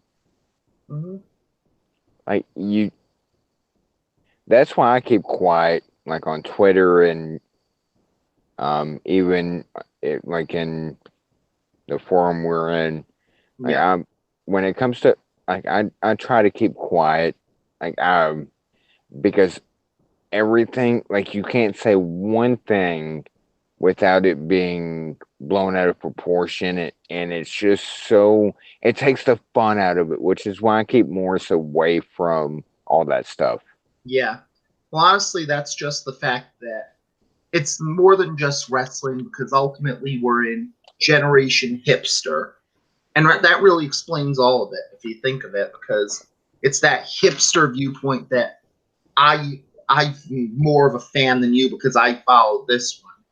And you Yeah. see it with the fact that indie wrestling and all this stuff nationally has gone through. Like, it's supposed to be happy that Becky Lynch main evented WrestleMania and won the title there, like everybody hoped for on this one, and not think, I saw Rebecca Knox in some BFW hall in front of 50 people in Ireland in 2003. I liked her before she was cool. Yeah, it just takes the sales out of the win out of everybody's sales. Like, Yeah, just, which goes back to the overall point of wrestling is supposed to be fun. exactly. And when it's fun, there's nothing better in the sport than all this. Like that's one of the reasons I go where yes, I was unhappy about the Saudi Arabia stuff this week. Yes, I was unhappy about the release of the Ashley affidavit and what happened on these ones. But I also knew I was going to have so much fun seeing it live, and that's all that mattered. And it's like, no matter what you go through, ultimately, if you miss that show, it's going to be the one show you wish you never missed. Like I've said it before on this one, where after Daniel Bryan joined the Wyatt family in 2013, I was furious. This was basically the first heel turn a wrestling promotion ever made, solely to say "f you" to the fans for liking him. And that was the only protest I could make is you're not getting my money for this. I'm not buying a ticket because you did this. And so I missed that steel cage match between Bryan and Wyatt. I could have seen that amazing moment where Bryan turned on Wyatt live, and I chose to miss it because of protesting it. And that I'm gonna say this. Mhm. Good on you, because 99% of people anymore through social media, I canceled my subscription. I canceled either A, you didn't have one to begin with, B, you're full of shit, or C, you're full of shit. Mm-hmm. But good on you for actually not liking something and following through. But and this ties into Brock winning Money in the Bank. I guess you guys talked about that before I got here. And Yeah. there was so much. I canceled mine. I canceled. You can't take people at face value anymore when it comes on social media. Yeah. And ultimately, I just have to see those kind of posts of and just I won't reply, but just think, no, the fuck you didn't. yeah. Either you didn't have a subscription to begin with, and I said it one time on one post on Facebook when I was posting a Morris update of, and this wrestling group popped up. I canceled my subscription as soon as Brock. No, the fuck you didn't. Mm-hmm. And I actually posted that. Yeah. I don't know if I got banned from that group for saying it, but no, you didn't. Yeah. And ultimately, that's the same thing for a lot of them because even the social reasons for it. This is the third Saudi Arabia show we're getting this in a week or so. That's the third time you had a chance to say it, and the same people saying, I canceled my subscription on this one. And it's like, you said that the last time for Crown Jewel, and the time before with Greatest Royal Rumble. So either you didn't It, cancel your subscription and you're not going to this time, or you resubscribed after this one, which is like, what a social justice warrior you are for doing that. you and Mm-hmm. I guess so and so over here Mm-hmm. gets it too. But yeah, the whole uh, chest out like some, from the cartoons where if you blow on your thumb and your chest pokes out, like, oh, I canceled. No, the fuck you didn't. Yeah. No, you didn't. Yeah, and it's the same thing with Either the you didn't have one, or you didn't. And then we have found people that have used other people's screenshots of canceling their subscription. Mhm. See, here's my proof. That's That not is your account. that is just that is That straight up petty to do that. Mhm. Greeny and I have seen it. Like, Yeah. that's not your account. We Yeah. I sure you have. I'm just saying that to go to that length to try to make yourself look better than you actually are, or to try to like feel superior to other people, like to the point that you're willing to basically like fake a boycott, and Yeah. who have the guts to go through and actually do the boycott. Mhm. That is just so petty. That is so petty that I am hearing the song Free Fallin' in my ears right now. Exactly. And that's But the same point is when they put that screenshot, they will put Vince is so petty. They use petty like 5 times in the fucking post, Mhm. which makes your Tom Petty reference so much better. Thank you. Now who's petty? Yeah. And it's like it even from sometimes it's you didn't do that. That says 2015. So if you knew in 2015 all this had happened, it goes through. It's ultimately it takes a special type of person to virtue signal about how they're not going to watch men and women in their underwear pretending to fight each other. It takes a special person, and I have to clarify real quick because I do have some friends. I have some very very close friends that and this was actually 2014, maybe 2015, that don't watch WWE anymore, like Mhm. at all. Uh, you might know one of the ones I'm talking about. Yeah. Okay, and that's completely legit, completely honest. But Mhm. this high horse, one attention, nonsensical bullshit is exactly that bullshit. Mhm. You want attention. You want people to see your tweet. Mhm. If Yeah. you didn't want people to see your tweet, why are you adding WWE? And I mean atting, not adding, at Mhm. WWE. Mhm. Hashtagging Money in the Bank. Yeah. You want people to see your tweet and get internet, quote unquote, famous. Mhm. Don't fucking tweet about it, dumbass. Yeah. Yeah, this is like something that like they've even talked about something like this in the Bible, like not this in particular, but the whole idea of like trying to show people how great of a person you are. Yes. Yes. Yes. Like that's how old this is. That this is Yes. like literally turn of the BCAD Yeah. that happened. Yeah. And Not as great as ACDC, but close Right, enough. right. Like Sorry, I first had to. century AD, this is what I'm talking about. yeah. And But that's yes, say something. Even Jesus thinks you're a twat if you do this.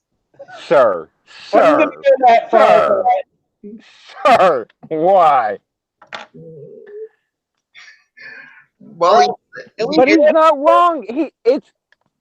It doesn't matter like religion or um whether you agree disagree with the Bible, but it's in the Bible of what and let's just stick to this the wrestling thing. It's in the Bible what is happening with wrestling fandom for the past year and a half, and longer than that. But let's just stick to this. It's in the Bible of what is happening. It's yeah, happening. Yes, I can absolutely see all the people on Twitter lusting after people with genitals the size of horses who have emissions like that as donkeys, as we can see from the Finn Balor fandom. Little known fact: King David's truest sin was being horny on Maine. Yes. Who's gonna be the first one to bring Lana and Rusev into a Bible verse? Mm-hmm. Not it. Not it. Sorry, Tom. I think Song of Solomon already covered it from Lana's Instagram a few weeks ago. So Fair enough. mm-hmm. Okay, Mm-hmm. we'll allow it. Mm-hmm. But man, and to go back to the point about fun, like you guys are cool. I think I'm kind of cool. Like I don't lose my head like too often Mm-hmm. until it comes to stupid shit. Part of the fun is missing because of other fans, Mm-hmm. right or wrong. Honestly, yes. And that's the problem, because ultimately there is that hipster viewpoint where it's not enough to be a fan, it's enough to prove you're a better fan than these other fans. John? Yeah, like I have to agree with Tom. Like there are people who basically like they seem like they're trying to be like they want to be like the better fan, like they want to prove that they're a bigger fan of something than you are. I've said before on this podcast, on my own podcast, on Twitter, on the whole quote, you're not a true fan, you're not a real fan. Like, who the fuck are you to tell me I'm not a true fan or a real fan of anything? Yeah. I will freely admit that there was a large point in time when I didn't watch professional wrestling. Mhm. Some people would call that the mid 90s. Yeah. But then again, like a lot of people weren't watching WWF in the mid 90s, so I'm not even alone there. So Yeah. Yeah, and it was easy to do on those things. Maybe it goes through from normal stuff. Maybe you get tired of the storylines. Maybe you lose the things on it. Maybe what happened to you at Scout Camp who turned you off of from your wrestling fans. Sir. But it'll completely change after Super Showdown fixes everything. Sir. But it seems to be like more now than ever a recurring theme of, oh, you're not a real fan, you're not a true fan. It was bad enough like a year ago, 2 years ago, 3 years ago, 5 years ago. Like, okay, I'm just asking a question here or stating an opinion, and I get attacked because I'm. Mm-hmm. yeah, like I mean, you can call me not a real fan or not a true fan all you want, but when you attack me like that, I know for a fact you're a shit person. Yeah. Right. Yeah. Everybody should know that real fans don't attack other fans for not being real fans.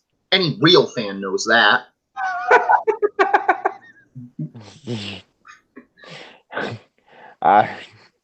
Jackass.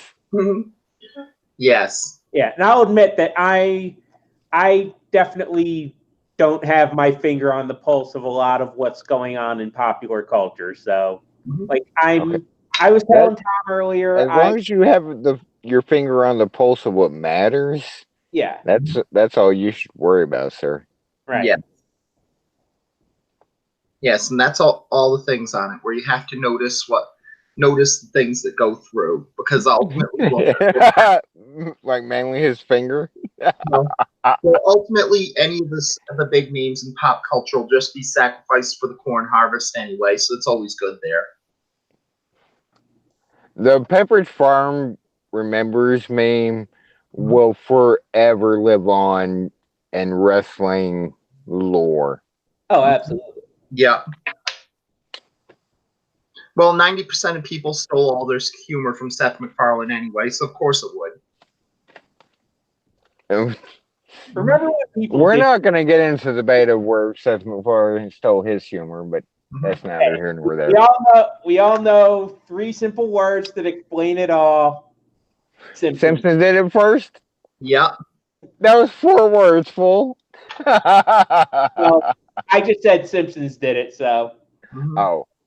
Oh. Well, I said Simpson did it first. But That yeah. is, like, that was actually, like, it's something that was so obvious that it was it inspired a South Park episode. Yes. And I know this is peeing into the ocean because it's never going to happen. Well, it might happen, but it's never going to change anything. If I pee in the ocean, can the ocean change? No. So, us upstanding citizens of wrestling fandom have to, I guess, not go down the depths of hell, Mhm. and not and at the same time not come up to we're in heaven. I'm a wrestling fan. I like wrestling. Yeah. Yeah. You can like who you like. I might dislike them, but we don't have to judge each other based on who we like. And We don't need to fight about it. Yes. yeah, Unless we you can, like my favorite, then you're an infidel. sir. Yes. Cuba's a long way from where you are. I know. Enjoy the boat trip. Mm-hmm. But going back to the actual SmackDown, we had the big one as they announced Big E is back on the show, and so they keep going with fake Big E to start. He's thrown out, and the real one comes out with a big party. They give everything on this one, and Big E proves that he's Big E because he does it by getting to smell both the guys on this one and talking about how much he badly needs Becky Lynch's mother. Because honestly, you can tell that he may not be medically cleared to wrestle, but WWE knew that Big E was just so bored on Twitter. I can confirm he's not medically cleared, but yeah, they saw a hot thing with the last few weeks of Biggie and the Big E may need work. Yeah, they ran with it. Yeah, he may need work to get back in the ring, but everybody in WWE realized Big E has way too much free time. And then Sami Zayn gets mad at this and complains that he was gone 6 weeks and he was gone 9 months. And so they get Sami a present of nothing.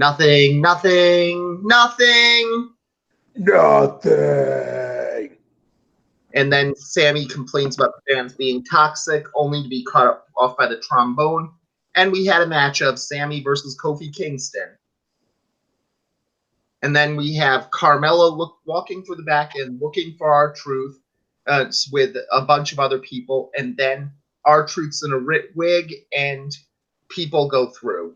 Notice to the people who claimed that R-Truth looked like Charlotte, screw you. That is all. Yeah. And R-Truth thinks he gets to keep the title if he survives 7 days, and he needed help from Carmella, and somehow she agreed. And they're friends. Yeah. What can friends do for each other? Well, so interject real quick.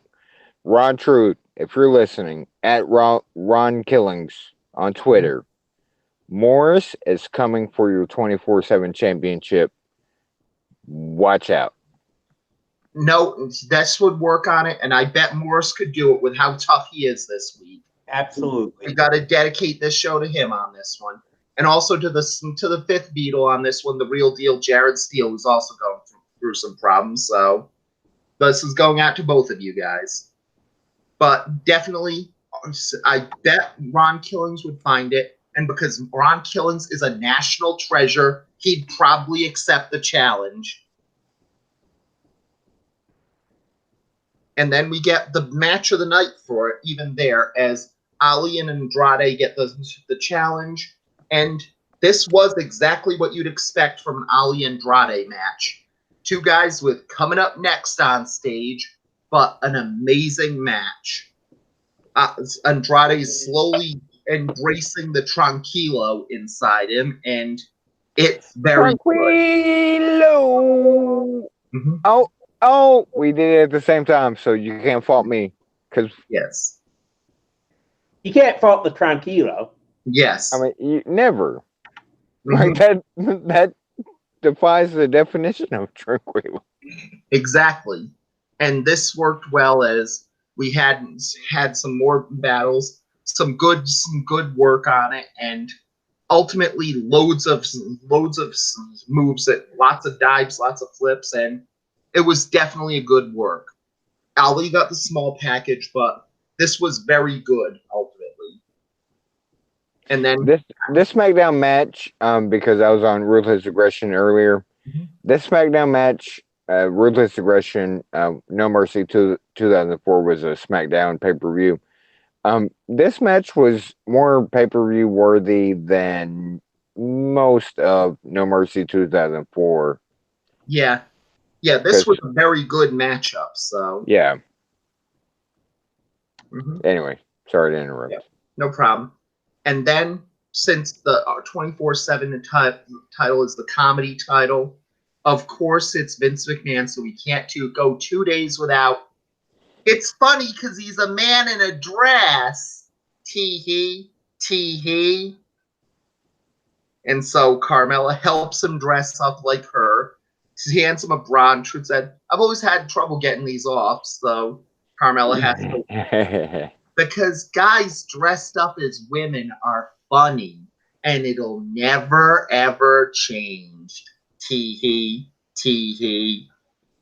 Reminder that Nyla Rose will wrestle at Double or Nothing in one of their featured matches. And speaking of laughing at men who dress up like women or choose to change their gender identity, sir, you better not have found an old picture of me.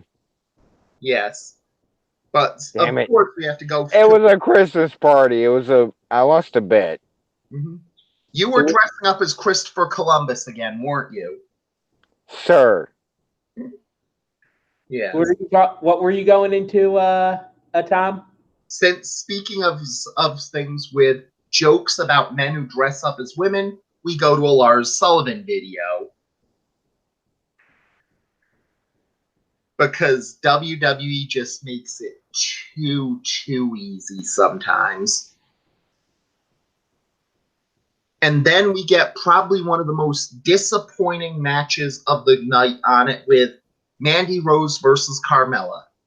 No, it wasn't disappointing for the reason you think it was. This just seems like one of the matches that was just disappointing because on paper, what should have happened was the match happens, it goes through. Sonya Deville realizes R-Truth is there, and she makes Truth tap out for the 24/7 title, just to prove that yes, women can hold the title as well as men, because everybody wants it. It's the comedy title, so it's not going to hurt anybody.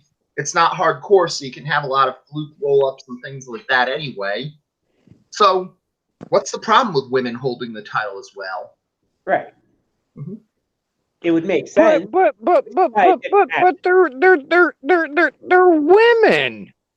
Yes, and that's the problem, because if you're gonna start going with the women's revolution, it's time to start saying, yeah, let the women mix it up with the men in this 24/7 division. And it's not like Mandy or Sonya don't deserve a title reign by now. Heck, Sonya absolutely deserves to call herself a champion after the last 6 to 8 months she's had in the roster. I'm canceling my subscription right now. I canceled 2 subscriptions because of it. And you can't cancel your subscription because I canceled your subscription. yeah. Damn it. He beat me to it. FBI I am. I canceled my subscription and Tom's subscription. I'm so angry. I bought 5 subscriptions to Bleacher Report Live just so that they get all that money. Sir, we have lines. We have you have crossed, but yeah, I didn't want. But if I cancel my subscription to New Japan, I'm not gonna go any further than that. But yes. Yeah, okay, you get what I'm. No, I think New Japan would let Tokyo Latina win their 24/7 title. So. Oh God. Oh God. Well, Yujiro could pin her many times on it. 8 times one show. But then Truth runs off as a bunch of people go off on it, and they continue the battle. Bayley cuts a promo, and after this battle for Bayley as women's champion and it's going through, we have an angle where Carmella and Truth run into the women's locker room. And no women go after him as well. Which is ultimately a problem because there should be a women's title reign, if only for Carmella wins the title and R-Truth pays her back for this by defending her for a while, until R-Truth finally realizes that his dream can come true and he can win a title by pinning Carmella. I'm so ready for that. Yes. It should have happened last year sometime, so. If you don't get but now it actually can't happen. If you don't get that callback, I'm sure WWE Creative doesn't get the callback, but that should happen. Yes. Like, hey, I can finally pin Carmella and win a championship. Mm-hmm. Yes. And ultimately it would work on this one because the only reason I don't think they'll do it is because, if they have a joke where R-Truth likes to dunk on Charlotte for beating Carmella to get into a match, and the New Day like to dunk on Charlotte for having too many title reigns over Sasha Banks, I think I'm not sure, but I don't think Charlotte is that popular with the black people. Oh, wow. Yeah. You went there. Well, it's hard not to when you think that it's almost you're dunking on her. And it seems to be forgotten that the whole Charlotte gimmick towards the end of NXT and WWE of the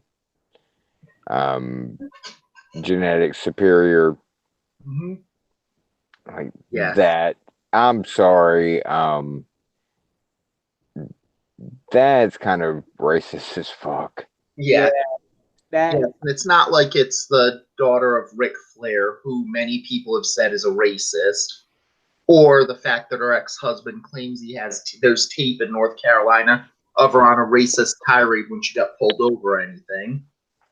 Or that NXT was run by a guy who, during his career, wore trunks that had an iron cross on them and had a feud with Booker T where he said people like Booker T didn't get to win championships. Don't forget the time he I don't remember Matt Bloom cutting that promo. Oh, you're talking about 2 people. Yeah. And don't forget the blackface. Got to remember the DX Nation parody. Ah, yes, the DX Nation. Mm-hmm. So then Elias plays guitar after this all happens, and we get one of the big matches as Kofi Kingston fights Sami Zayn, and this was a good match because even if Zayn's got a gimmick you don't want to see yet this time, he's still a very good wrestler. Going through it there. And in a surprise, we get the the Trouble in Paradise, and the champion wins a non-title match. And then you are. Yeah. It's a good plus. They're actually doing things you never see. And to just be greeny, I think you know. Yeah. Then you have Paul Heyman with the briefcase to tease Kofi. Perfect time. And from the live crowd's reaction on this one, just being there, I can take you back. Brock's here. He's going to cash in on SmackDown. He's probably not here. Well, Owens is coming in for the match. Owens is coming in for the fuck you, WWE. Fuck you. Fuck you, fuck you, fuck you, fuck you, fuck you, fuck you, fuck You're you, cool. fuck you. You went way too far with the. If you're trying to do a half-baked thing, you went like way too far with the fuck you things. Oh no, he just. Yeah, there's no you're cool. I know. This is just. Hey, I'm here. Yeah. Joey's here. Like, come on now. But in 3 specific ways, also, I'm sure. Yes, so hard, so bad, and wicked bad. But there's no. Oh my God! You spent too much time around Boston. Well, I'm from Providence. Of course, I spend the time around there. So. Yeah, but you don't have to like keep going there. Rhode Island's Boston's Jersey. We're Boston on steroids. There's a difference there. But you don't have to. When you get this angry, the Boston comes out of you. Oh, good God. But, yes, there's no nice way to put this. Fuck you. Fuck you. Fuck you. Fuck you. You can at least say Joey and I are cool. Yeah, or John and I are cool. You two are cool, but this was... You gotta be kidding me. Yeah. Dolph fucking Ziggler. Mr. Ziggles. Okay, now I will allow all the fuck yous you want. I kept interrupting before you got... Because I will do the reverse. Fuck you, fuck you, fuck you, fuck you, fuck you, fuck you, fuck you, fuck you, fuck you, fuck you, fuck you. You're cool. Fuck you, fuck you. Why the fuck? Why the fuck is Dolph Ziggler on my fucking TV? Yes. Why? All you can say on this one is... In this atmosphere. In this... say that Dolph Ziggler was very good in his matches last year, except for the match when their fans went rogue by deciding to count backwards from 10 all the time. And I will strongly disagree. Dolph Ziggler, no. All you have to know about this one, and this stat needs to say it all.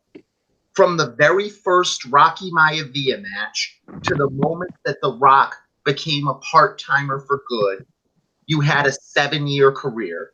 1996 to 2003 was, for lack of a better term, the entire experience of The Rock in a WWE ring. If you smell... Yes. And that's how you get that rise to the top and get everything of the career. Stone Cold Steve Austin, from the very first match as the ringmaster to the moment he retired as a regular GM of Raw, was an 8-year career from 1996 to 2004. That's all you got for every iota of Austin.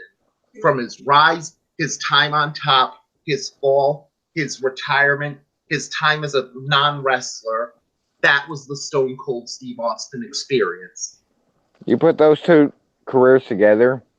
Dolph Ziggler has been the show-off.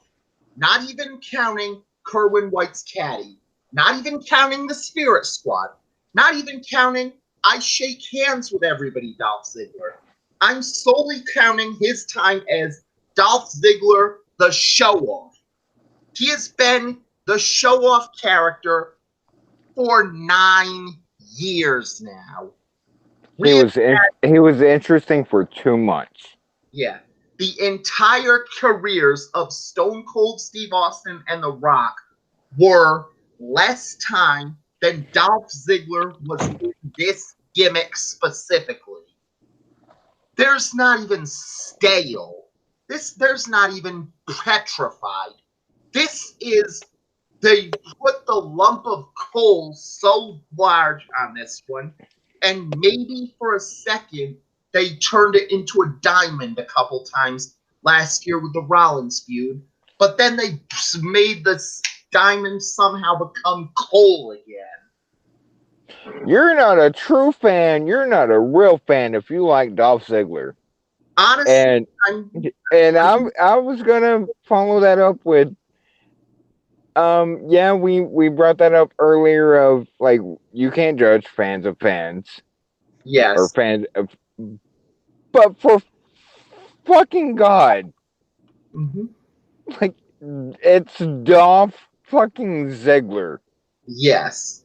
There is no good way to put it on this one. Dolph Ziggler's in the level of, he's a very good wrestler, and I will give that his promo later on in the night was very good. It was so good that if it wasn't hyping up a Dolph Ziggler match, I would be very excited for it. But ultimately, Dolph Ziggler is the perfect example of, how can I miss you if you won't go away? And part of that involves Ziggler, go away! There's no nice way to put it. Go away. Don't go to AEW. We're not so ready to ruin that stuff. Don't go to Ring of Honor Impact. That would ruin it too.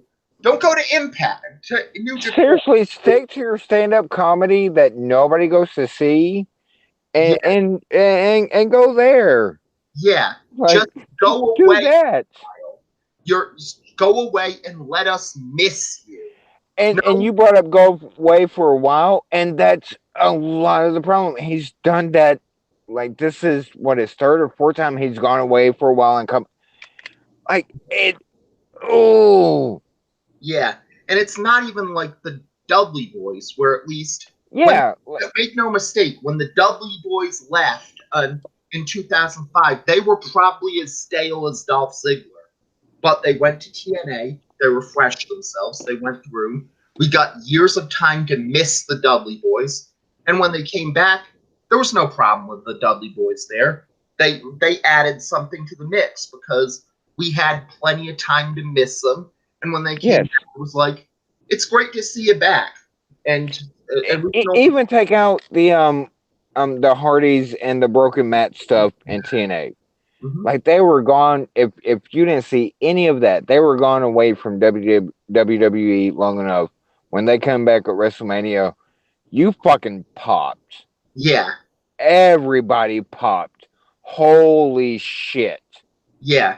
And even if you have Kofi Kingston had his long career on it, you can see the difference. Kofi Kingston, since getting into the New Day, has mixed it up a lot. He's a complete character. This Kofi Kingston, who's the WWE champion, is not the same. I used to be Jamaican, but now I'm not Jamaican anymore. And also, I do flippy floppy wee moves. This will be the hottest take I've made on a podcast in a while. Mm-hmm. Nick Nemeth has always been and always be Nick Nemeth. Like, his character is so confined. Yeah, there's been some twists and turns, but it's still Nick Nemeth. Yeah. And if you guys don't know, Dolph Ziggler's true name is Nick Nemeth. Yeah. Because he's had name switches, and it just, again, to me, the most interesting he's ever been was Survivor Series 2014 to Royal Rumble 2015. Yeah. And even then, using this promo from tonight, it should have been Roman Reigns. Meltzer even said flat out, if Roman didn't get his hernia, Roman Reigns is in that spot for Ziggler, not Ziggler. And honestly, if you know that spot in Survivor Series 14 to Royal Rumble 2015, truth be told, it probably would have fixed the Roman Reigns problem because of how good it was. That storyline was amazing. We know it was amazing because it got fucking Dolph Ziggler over. And again, like over is over, but he was actually interesting for 3 months. Yeah. And I've never. I just can't with Dolph. Yeah. No disrespect to people that nobody's ever replied to me like this or anything, but I feel the same about like say Marty Squirrel. Mm-hmm. Like I can't, I don't. You just disinterest me. Mm-hmm. Yeah, and honestly, it's like Ziggler's become the modern day X-Pac. Good worker, perfectly solid in the ring, but again, how can we miss you if you won't go away? And with X-Pac, it's the proof. X-Pac's heat in 2001 and 2002 was so profound that it became a big part of pro wrestling for X-Pac heat to be a thing. But the second he left WWE, people realized, hey, wait a second. Sean Waltman is objectively one of the best workers of his generation. And once people got a chance to miss him, suddenly Waltman was a star again. And you see the falsehood in that, don't you? Mm-hmm. You What? see the cracks in the floor Mm-hmm. on and that goes not just to Sean Waltman, for several. I I don't want to name names, but like jumping ship and you were just as boring in this promotion as you are now in this promotion. Like, Mm-hmm. Yeah, and ultimately that's the difference on it. Where, again, even if he was boring on it, if Ziggler was lower on the card and was just a jobber right now, that's no problem. If you have, yeah, I mean, Dolph Ziggler is a guy who's stuck in 2011. 2011 called it sick of him, but he's still solid in the ring and he still can add something to a show as a jobber. That's great. That's Zack Ryder. Everybody loves Zack Ryder. he Nothing wrong. doesn't even necessarily have to be a jobber. Don't come the hell back for the WWE title scene. Like that's ridiculous. Yeah. And the This goes only back to a podcast we wanted to do. I think we did some of it of how bloated the roster is of Mhm.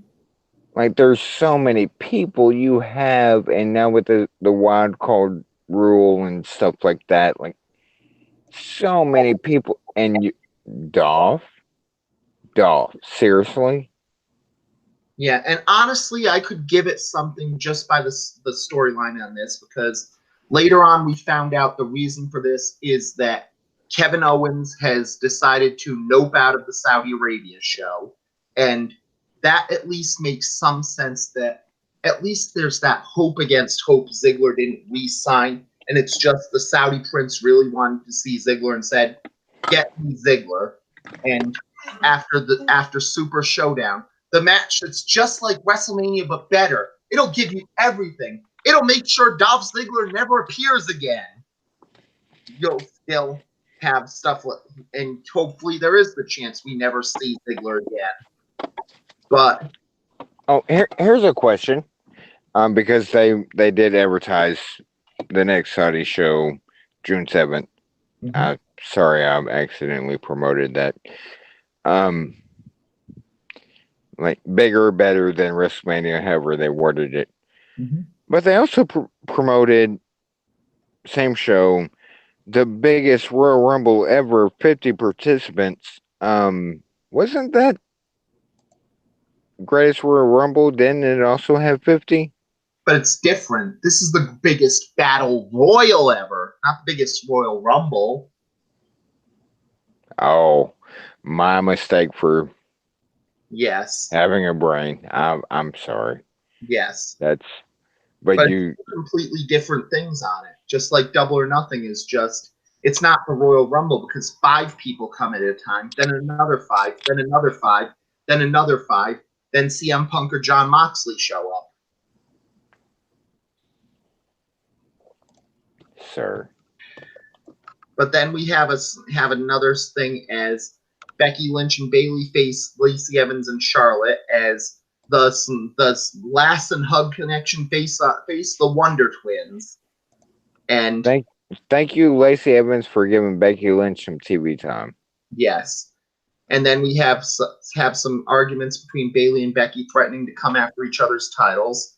We come in Progress, and it's just a random match. And the match was pretty solid live, so even the stuff you didn't see in Progress was perfectly normal.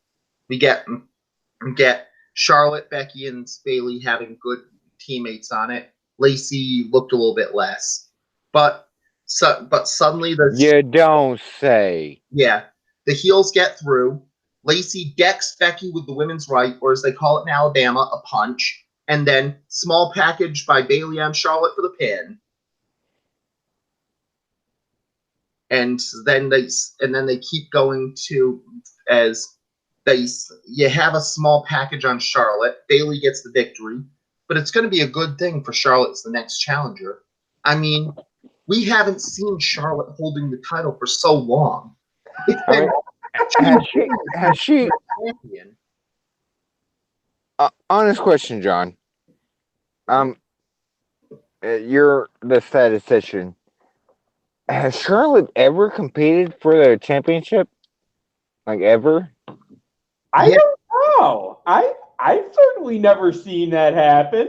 Well, there's so many changes to the world since Charlotte has been the last champion for it. I mean, the Golden State Warriors were fighting for the Western Conference title, and now they're in the NBA Finals. The St. Louis Blues had been in the Western Conference Finals, and now they're in the Stanley Cup Finals. It's a whole different world from the last Charlotte title reign. Either one of you guys can pull up the scores quicker than I. The Toronto Raptors, Milwaukee Bucks final. Let me check on this one. 105.99 Raptors. Yep. And incidentally on this one, the TNT did prove their stuff by hyping up Double or Nothing during that show, featuring such matches as Kenny Omega versus Chris Jericho. Quote, Are you serious? Yes. Seriously? Yep. Marv Albert, this was the worst thing Marv Albert has ever done. Holy... Did you actually hear that with your own ears? Yes. They pronounced Jericho as Jericho, or Marv Albert did. Yes. I don't think I've had a bigger problem with Marv Albert since the time he bit the escort that he hired to have threesomes with him and another man. Yes. I mean that you can't even really have a problem with that when it. I mean, personal life is personal life, but well, it was 1997. That was before I know sex gaming was bit there. I remember that and the entire scandal and yes, the headlines. Like Mm-hmm. But was that before or after the Tyson Holyfield bite fight? Way before. Yeah. Yeah, Tyson was biting for business, not for pleasure. Ah, yes. Sir. Well, in defense, Tyson did say he was going to eat his heart. He was going to eat his children. Sir. That was Leonard. I think his defense in the Holyfield fight was that Holyfield had headbutted him. Mm-hmm. Yes. So we're going to see Lars Sullivan bite Kalisto's ear.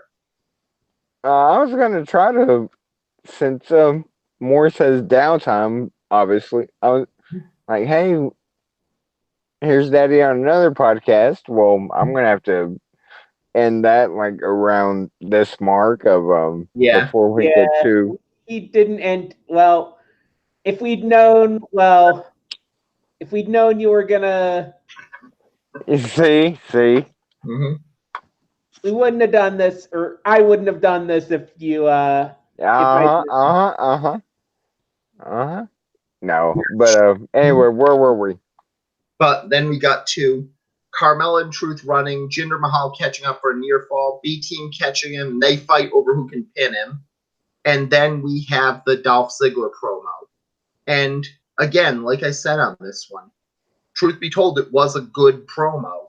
It's, again, if this promo wasn't hyping up a match in Saudi Arabia with Dolph Ziggler fighting in it, I'd actually like it.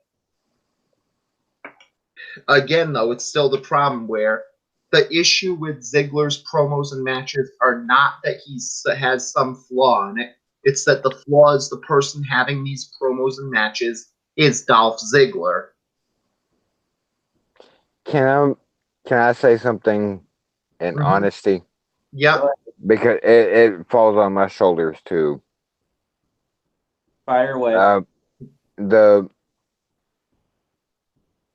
The things we know beforehand are ruining our fun. Mm-hmm.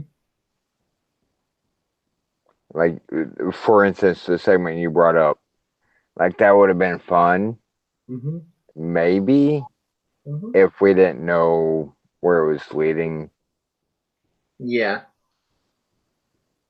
Yeah, and ultimately that's the problem with this, because it's like the promo was perfectly fine. The attack was a bit of a surprise on it, but it's like the only weakness is I have no interest in seeing Dolph Ziggler ever again. Right. And in any capacity, like I'm on stage doing comedic bits, wrestling, a meet and greet, like maybe a meet and greet if Morse is with me just to have that experience. But I'm like, that course, it seems like if you remember correctly, if I remember correctly, Dolph and Miz kind of on the same time. One went one, and I'm showing hands like you guys can see. One went one trajectory, the other didn't. Well, ultimately, that's because if you think about it, The Miz has been really good at reinventing himself when he needed to. And Dolph never did. Yeah. Never. And that's ultimately the difference, because on paper, Dolph Ziggler is a better professional wrestler in the ring than The Miz is. But the best thing we got out of Dolph is AJ Lee considering herself a mom to Big E Langston. That's the best thing that Dolph ever contributed to the wrestling world. But other than that, ultimately, it's like Dolph Ziggler can put on a better match than The Miz, but The Miz just gets pro wrestling more than Dolph Ziggler does. And part of getting pro wrestling is knowing when your act is stale and you need to mix things up a bit. Which is I guess the saddest part, because Dolph has tried, and it falls flat every single time. Yeah. And this is just my opinion. Don't get me wrong. Like, I'm not speaking for everybody or the majority. Like, Dolph just bores the crap out of me. Yeah. And ultimately, that's what it comes to, because he's an example of why wrestling needs to be fun on it. Because, yeah, Dolph Ziggler has a few pretty moves. Yeah, Dolph Ziggler sells like could sell an icebox to an Eskimo in the ring. But I've seen it all before. Many, many, many, many, many, many, many, many, many, many, many, many, many, many, many times. There's no better joy in it anymore. Better. Yeah, Dolph Ziggler just does not bring joy. Marie Kondo is saying, get this thing out of your house very quickly. Don't even thank it. Just get it out of your house. Oh, wow. You went there. Yes. Well, he kind of had to. Well, I get it. Mhm. But yeah, he just does nothing. Mhm. I'm gonna speak for Morris real quick, and even my wife, because my wife, for a few years, like 2010 to 2012 or so, thought he was good looking, kind of thing. Um, but now there's only three of us in the Mox household. Like Dolph Ziggler just like when his music hits, even when they try to make him interesting, and again, the only time he was interesting was from Survivor Series 2014 to Royal Rumble 2015. Mhm. But when they like did the scratch and the lights out, and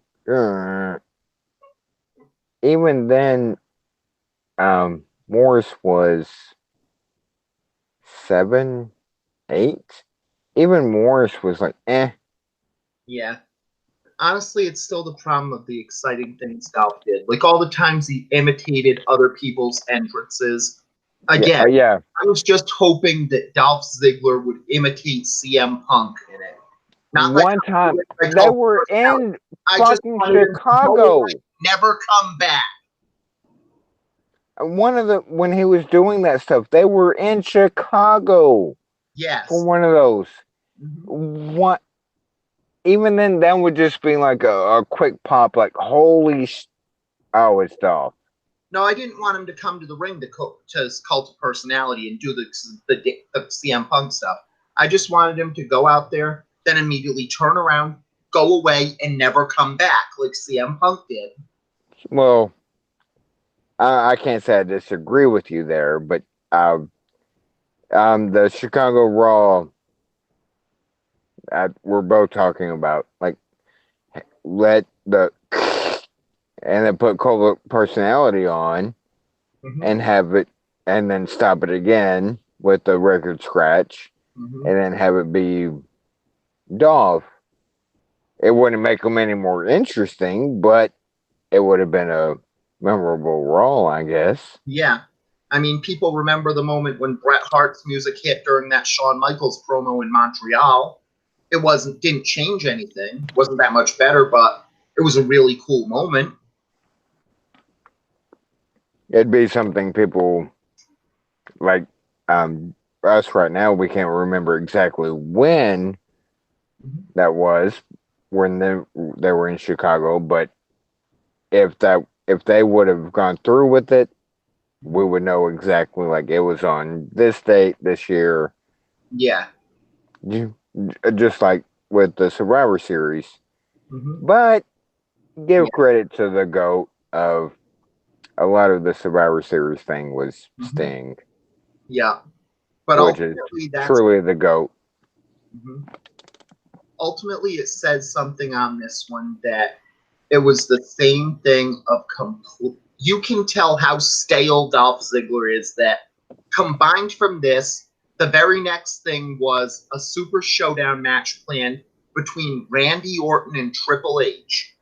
Compared to Dolph Ziggler in the ring, Randy Orton versus Triple H is fresh. It's new. I might even be excited for that match. And that's Randy Orton Triple H, for Christ's sakes. Yes, That's just, and they can't. They damn sure can't promote that as first time ever. well, they did, at least they sold their history on it, which was a plus. They Yeah, sold that Orton was in Evolution with Triple H, sold Triple H turning on Orton after Orton found a title somewhere at SummerSlam 2004, sold thumbs all up, the great, thumbs down. yep, and they sold all the great moments in the Randy Orton versus Triple H rivalry. They know it's a long time thing and it's kind of done to death, but whatever. At least it hasn't been done in a long time, and it might be pretty interesting. So, Yeah, and um, it's not new by any means, but it's newer. yeah, If that makes yeah, it's It's ultimately, better. It's better than Randy Orton versus John Cena again. yeah, yeah. It's basically like it's a rerun, but there's a difference between seeing a rerun of a show that almost never happens once in a while and seeing the same Big Bang Theory you've seen on 50 different channels in the last week. It's still a rerun, but it feels like it's the right time for it. And then you get Roman Reigns versus Elias, as we had the match that should have happened at Money in the Bank is the best way to do it. It got time. It made Elias look really good. One of Elias's best matches, but ultimately it was the same thing where Roman beat Elias, which he should, and then after the match, Drew McIntyre and Shane McMahon attack each other. And at least it was a good thing for it, so you're setting up... Why is Shane McMahon still a thing? He's the best in the world. Sure. You get that. He's the best wrestler in the world. Shane McMahon has more talent in his pinky finger than everyone on Double or Nothing has. Sure. Though I will give for Double or Nothing one of the best petty moves of the year on this one. Double or Nothing happens this Saturday, and on Sunday, WWE will premiere the video of the failed relaunch of WCW. Yes. That's just some good petty. Meanwhile, since it was a live show, there was also the other bonuses where just since it's also it's 205 live. And slowly during the show, it was even better seats for every match on it. And where I had crappy seats in the second row, it got to first row for Providence Bruins or Providence Friars games for this one because of everybody who left for 205 live. Because everyone wants a piece of Tony Nese. And then we get stuff for the Singh brothers announcing it's Bollywood time. They demand a forfeit match, and then Drake Maverick comes out and says that Lucha House Party aren't here tonight, but he gave them suitable replacements for a tag team. And of course, when you need a suitable replacement for a legit tag team for like the Lucha House Party, you get Jack Gallagher and Humberto Carrillo. Yeah. And this led to a perfectly solid match, but it was what it was ultimately. And the team of Gallagher and Carrillo beat the Singh brothers as Carrillo gets the victory. Ultimately, it'd be a good match, but what is Humberto Carrillo? I mean, he's a very good wrestler. We've seen Ultimo Ninja in MLW, but there's nothing really there. And at least the Singh brothers had some character, which is a plus there as well. So yeah, that's the most character work they've shown outside of being lackeys for gender. I gotta go. I will try to be back. I've got to. Okay. Yeah. And from there we went to the promo things, which were both giving 205 Live promos and giving some FaceTime to the local guys, as Mike and Maria Kanellis got a promo to talk about the showcase match that they're in, which was pretty good on it because ultimately it helped for Value over Mike Kanellis to get a chance to, and apparently he's been doing some pretty good things on 205 Live recently. So he may actually get over replacement value. Awesome. Then Oney Lorcan joins in the local guys on this one, as he just cuts a generic promo on it, and there would be a nice fight, but you don't watch Oney Lorcan matches for the promos. You just watch them because it's Oney Lorcan. Arya Daivari gets a promo about how it was a fluke that he lost the match, which is a problem on this one because, again, it's Arya Daivari. And then we get a 5-way match that was very good, as Akira Tozawa took on Arya Daivari, Brian Kendrick, Mike Kanellis, and Oney Lorcan. And whoa, Brian Kendrick? Brian Kendrick? Yes, not a Brian Kendrick this time. The Brian Kendrick.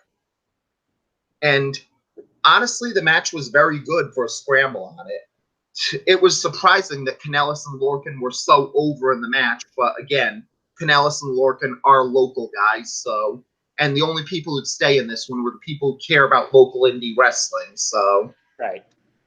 it was the weakness that where you'd think they'd notice that they still announced them both from Boston, Massachusetts. It's local. Providence, Rhode Island is a thing. Only Lorcan said he was from Providence and beyond. You use the Beyond name as Oni Lorcan's theme song. You can say that. It's not a bad thing to use local things on it, but it was what you'd expect. Everybody looked kind of good on it, where each guy showed their skills. It was pretty solid, and ultimately Akira Tozawa got the victory over Davari. Tony Nese watched Tozawa, and it was a pretty good show as a result. So apparently we're getting Nese versus Tozawa as the next match, and we can see the man with the abs going with the leader of the Ya movement.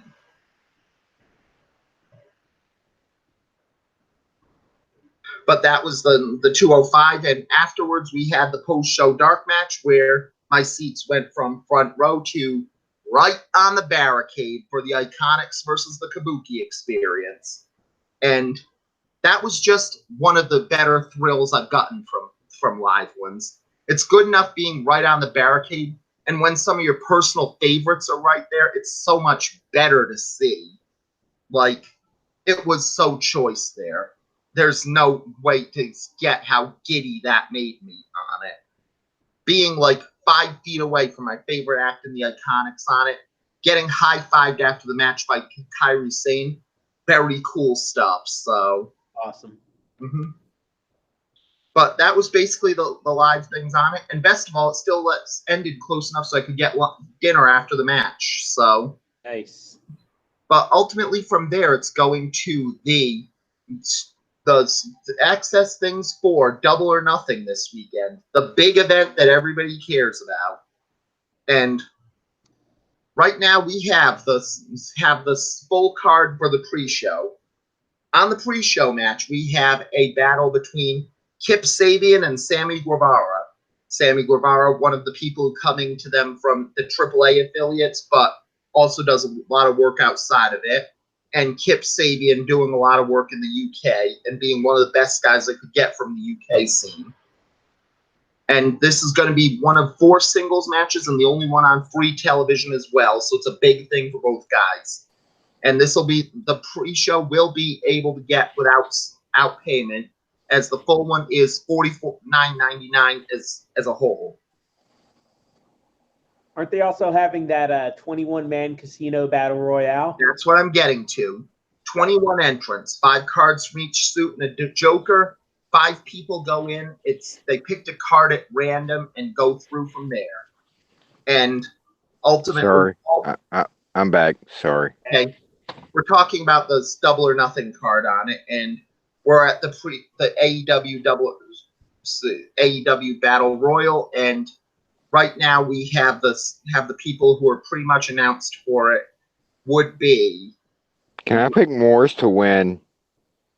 It could definitely work on this one. He does have the warrior spirit. Yeah. That's what he was trying to walk to the bathroom and fell. Yeah. And cast and Granny's seen it. Yeah. That guy Morris is badass. I was barely having problems just with a mild earache, and he's walking after all the surgeries he had yesterday. Big up to him. I just heard a thump and had to go check, and wife is asleep, and yeah. So I checked it on thump. He just had and he's got like a medical thing to pee in and stuff, but he wanted to, and couldn't quite get there and heard a thump. That's sorry. Anyway, no problem. That took priority on this one. But we have the word of the people currently in the Battle Royal would be Sonny Kiss, Brandon Cutler, Ace Romero, Glacier, Brian Pillman Jr., Sunny Days, MJF, Joey Janela, Dustin Fuck Thomas. MJF. That's just obligatory. Yep. Dustin Thomas, Billy Gunn, Jimmy Havoc, Michael Nakazawa, Jungle Boy, both members of Private Party, Luchasaurus, the first shot against the blow in WWE as AEW announces they've locked up Shawn Spears. Seriously? Well, we kind of expected That's your shot? That's your shot? Hey, you gotta take whatever shot you can get. Yeah. And honestly, they could use someone like this if they could be a low card carpenter for him. So perfectly worthwhile. MJF has countered this by saying "fuck Shawn Spears," to which every wrestling fan has said, "Can his wife volunteer as tribute?" You want to elaborate on who Shawn Spears is for those that might not know? Spears is the artist formerly known as Ty Dillinger. 10, 10, 10, 10. Yes, we know that about Peyton Royce, but still. Hey, and I that's one thing you and I can agree on. Well, in defense, I will say from the post-show dark match that went through, it's kind of weird that Peyton Royce is incredibly photogenic on it, but just Peyton Royce, there's no photogenic about it. Peyton Royce is. But when you see her live, you can see Billy Kay puts her to shame in live. So, and it's weird because when in photos, it seems like it's the opposite. So, Peyton Royce is hard eyes. Mm-hmm. Billy Kay would be if she'd. Billy Kay, quit trying to twerk. You can't. You got to be joking me. Okay, Matt. They're twerking, Maggle. Mm-hmm. Yeah, but there's also 4 random people who have not been announced, and judging by how good a mix they have on this stuff, it could be pretty much anyone. It could be. It's gonna be CM Punk and John Moxley and. Don't forget Roman Reigns jumping to AEW. He wants real wrestling. You have to understand, these are 4 guys from the most feared stable in all of professional wrestling. TVA. Yes. You wanted wrestling? You wanted stars? Here's Reigns. Oh, Luther Reigns. That would be the coolest moment possible. I only bring that up because with Ruthless Aggression Era podcast earlier, I had to watch a Luther Reigns match again, so why not bring it? Well, why not go full circle? Well, it's just part of his theme song after he was announced as the real person who was in the steroid scandal. Luther Reigns, the guy with the horseshoe hair. Luther Reigns, the guy for whom no one cares. Luther Reigns, he was in The Girl Next Door. Luther Reigns, the man who had peas before.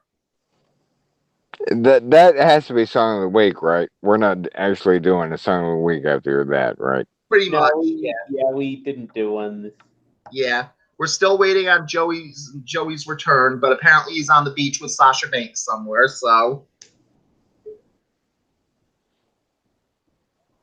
but then we get to the actual matches on the card from after the pre-show, and we have the first big one in the first blow against AEW here, as they had been hyping since January's debut, the big match between Hangman Page and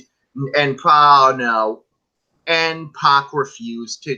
Creative differences happened, and that match had to take place in a show in the UK, which was as a Pac mark, and no, you can't put that on Pac. Well, honestly, this is kind of weird on it, where it's weird as shit. Don't get me wrong, but don't put that on Pac. Well, I wouldn't on the claims originally that they were planning for Hangman Page to be a future AEW World Champion, and he wouldn't lose to them because he wants to make the Open the Dream Gate title seem important. And that's fishy, but it makes sense. But then the word that they were going to have Pac beat Hangman Page at Double or Nothing, and he refused to job to Kenny Omega, that's a whole different story there. I mean, That seems agree or disagree, Greeny. That seems a little far fetched. Yeah. Like, Ultimately, it's a little bit weird on this one because first off, it's when you go with the elite guys, those are the big names on it, and secondly, being fair, it's not like Pac hasn't refused a job before, so right, and I get Pac's dare I say ego a little bit, but the story's coming out and how they it was this, no, it was this, no, no, no, this is really it, no, no, this is um I'm skeptical of. yeah. Ultimately, it's still weird on it because whatever it is, this doesn't look like a good thing for the AEW future on it. If whether they'll be able to let go with their we're not going to have writers. The wrestlers will all have creative control and they'll make their own storylines on it because that sounds like something that actual wrestlers will do to work better and doesn't sound like it could immediately go to some EFED bullshit very, very quickly. WCW says hello. Yeah, and that's a problem because this is the third show we can argue as an AEW or an elite promoted event, and all three shows have had a problem that was very big on this. You had the last year's Kenny Omega's show at the video game tournament where he didn't vet his people and ended up having a guy who was busted for statutory rape working on his show. Fuck chasing rants. That is all. Then you have All In, where you have Okada go rogue and decide I was only scheduled for 12 minutes. Fuck that. I'm doing a 35-minute epic like I always do. And you could hear them saying, go home. Take it home, you asshole. Just take it home. We have a time limit, and it nearly killed the main event because Okada just had to go 30 minutes. He just had to. How dare you blame Okada for that? Well, honestly, as Marty How dare you? be on those ones, but that is probably likelier Okada than Skrull doing it. So, and then you have this one where one of their featured matches is off the table because neither guy could agree to job to the other. These are Wait a minute. Wait a minute. Are you referring to Hangman Page being a featured match? honestly, it's been one of the matches they sold since the first AEW's thing. So yes, I get that. I'm asking you as a wrestling fan, not me as a pop mark. Like that's one thing. You as a wrestling fan, then Hangman Page versus Pac. Like, okay, I'm gonna order this $50 pay per view. Was that a drawing point for you? honestly, maybe Hangman Page needs a year or two to get built up before he can be the next face of the company. But he does have the potential that he could probably do it. But if you're a fan, Pac would absolutely be one of the first of the big drawing points for this card. So, yeah, I'd Yeah, actually say it would be one. yeah. Um, Pac. Is it fair to say that Pac not being on the card is the bigger loss here? Honestly, I'd say it would probably be a big loss unless they can get something big.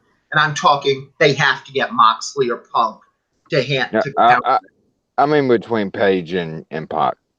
Yeah, Like not having Pac on the card is going to be the bigger loss. yeah. Between the two, it's definitely Pac, but at least it does start an underdog story for Page to go from he was pulled from the first show and now he's the AEW champion. And that's just money right there eventually. So, And he's tweeted kind of the same. but Uh, but even then, this doesn't look good for AEW's chances at all yeah. because the one thing that needs to be mentioned, we've heard a lot of people who are dissatisfied with WWE's booking of them. We've heard a lot of people who are angry on things. We have a lot of people who have boo-boo faces about their booking on stuff like that. But if you really think about it, you hardly ever hear about a WWE wrestler who flat out plays the no job card. And there's very few examples of that happening. And most of them, like for instance, Steve Austin saying, I'm not jobbing to Brock Lesnar yet. I'll job in the future, but I want to make it mean something. I'm not jobbing in a random first round match to Lesnar. Or saying, Shawn Michaels was a dick to me. I'm not jobbing to him. At least those ones. And that stuff was 20 years ago. Yeah. Like, you almost never hear of someone flat out playing the I'm not jobbing to him card in WWE. And ironically, the last person who apparently played the I'm not jobbing to him card was Neville. So it does. And that doesn't even make sense because he did. Yeah. And Neville was very over with the crowd in WWE. Mm-hmm. Well, it was all that X-Pac he had. So. And I think, and this goes back a few days from the Daily, I don't think anybody got your EX. Yeah. Pac. It works better in speech than it does in I think I'm the only one that got your X-Pac and X-Pac reference. I think I'm the only one that got the correlation of the two. It would be a good way to salvage this match. Waltman's not under WWE contract, and so they can say, well, this was a Pac match, but he pulled out, so now Hangman Page is going to have an X-Pac match. Yeah.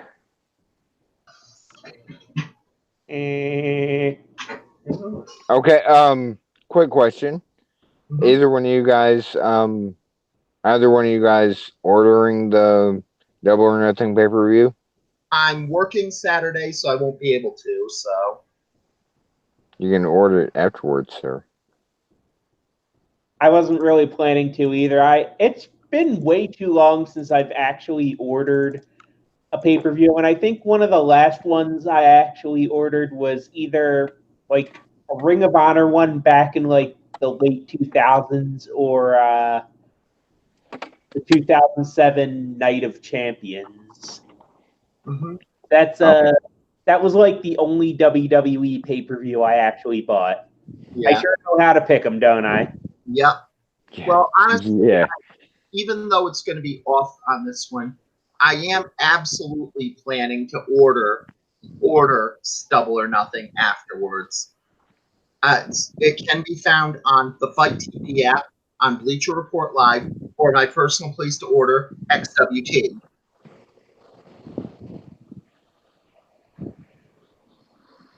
And on the off chance that you're in the UK listening to this, it's also going to be on ITV Box Office. And on ITV4, there is a 1-hour pre-show titled Buy-In. Yes. And Buy-In is supposed to be, from everything I heard, is supposed to be free.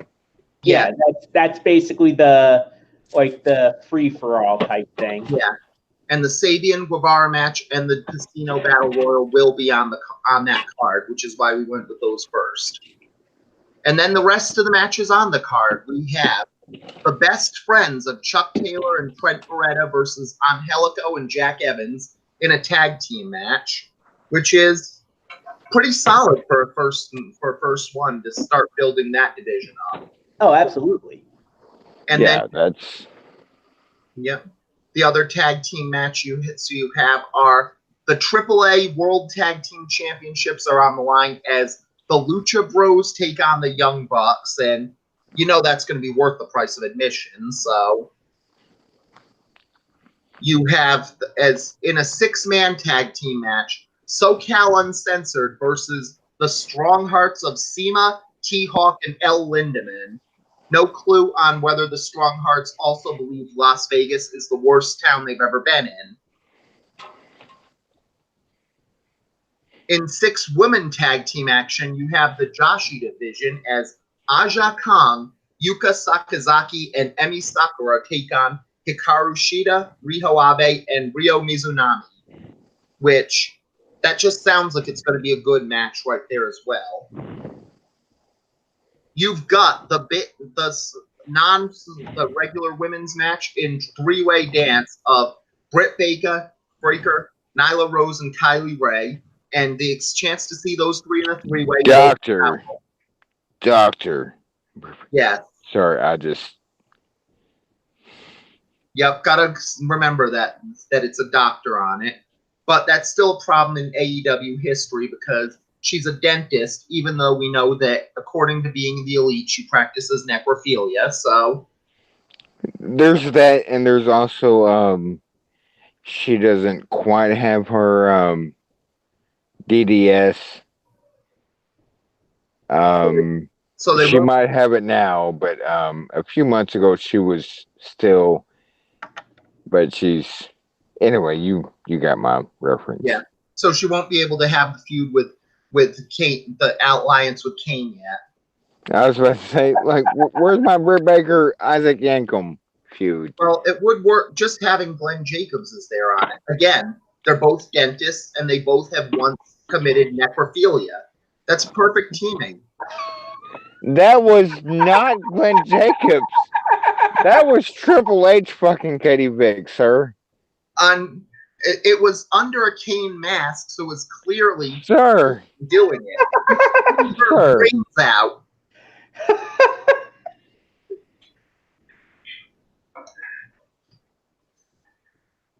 And then how in this podcast did we get to Katie Vick? How? Because whacked out wrestling is just whacked out that way. And then we go to the big singles matches. In the minor one, we have Cody versus Dustin. Winner gets to have their daddies love the most. That's not funny. Well, it's weird because honestly, that match does seem to have some value on it because we never did get a payoff to the Goldust versus Stardust feud, did we? No, they dropped that like a bad habit. Yeah, so at the very least, having led everything up to it, and then all of a sudden, like, like they do a bunch of times, like, hey, here's we're leading up to this, and then nope, we never got a finality.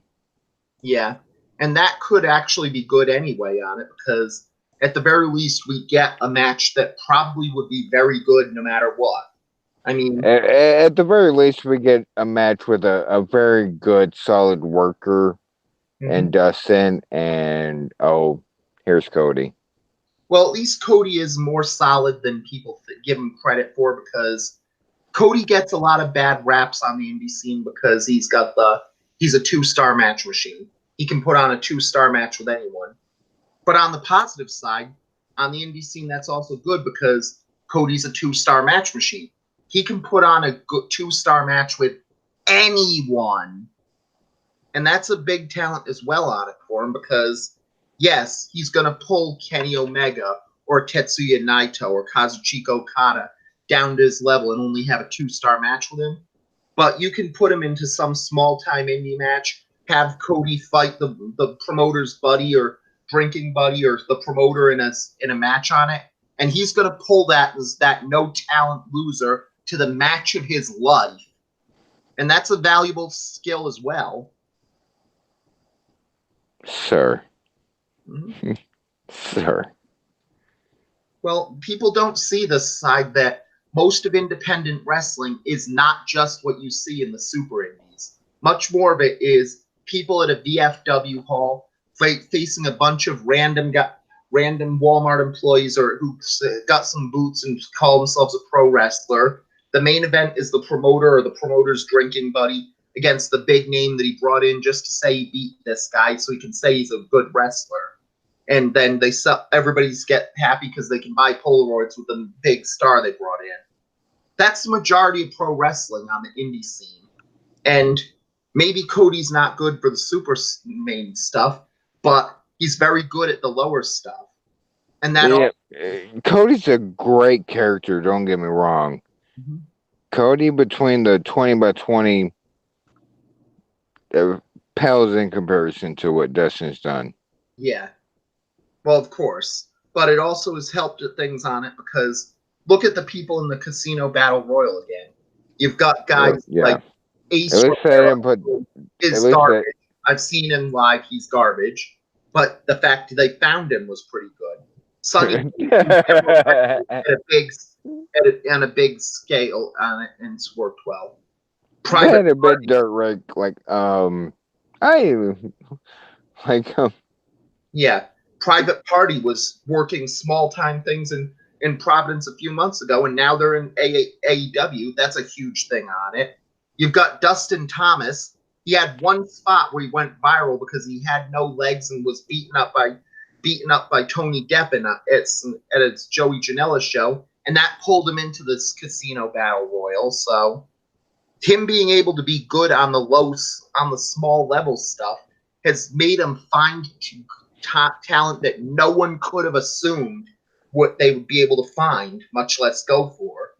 And that's pretty interesting as well. And then you get the big one, the match where the winner will face the Casino Battle Royal winner in an AEW World Championship match. Chris Jericho versus Kenny Omega 2. Electric Boogaloo. We hope Electric Boogaloo. Mm-hmm. It's also possible that it might be The Quickening. Yes. And honestly, this is going to be the featured match on it, and this is going to be weird on it because ideally Jericho should win to keep the feud going, but at the same time, Omega is going to be the face of this promotion, so you got to make him look strong as well. And whichever way they go, that's going to be a question mark. Do you go with Omega and have a chance for him as the world champion? Or do you go with Jericho so your best foot forward's there for the TNT move? Honestly, I could see it going either way. Thoughts? That is a very good question. I don't know how this is ultimately going to go. Mm-hmm. Now, I doubt that this is going to be the end of it, of whatever they have between them. I mean, even if, whichever way it goes, this isn't going to be over. Whoever wins this gets the title, I think we can be pretty sure that the other one is going to be waiting in the wings. Yeah. The only other question is, you have to pick one person you think is going to be a surprise. Who do you think it's going to be? That is a very good question, but I'm thinking Johnny, whatever his last name is this week. I could see that one. Johnny Elite, maybe? Yeah. Personally, I'm going with the hot take because everybody's picking Moxley's going to show up. So I'm going with the hot take, TJ Perkins. He's one of the people who'd be a good, solid hand in the low card. He'd be a solid TBA person as well. And with 4, it seems like one surprise per thing goes there. And he came up from SoCal, and since everything on this is such SoCal oriented, it's perfectly likely he could be in if Sean Spears is in. So I think he's the surprise person. And if it's obvious they could get him if they got Sean Spears, so yeah, I'm going with that. But anyway, that's it for Whacked Out Wrestling this week. So until next week, this is Whacked Out Wrestling. I'm Thomas S.K. Green. With me is John Roche, and we'll see you next time. See you around.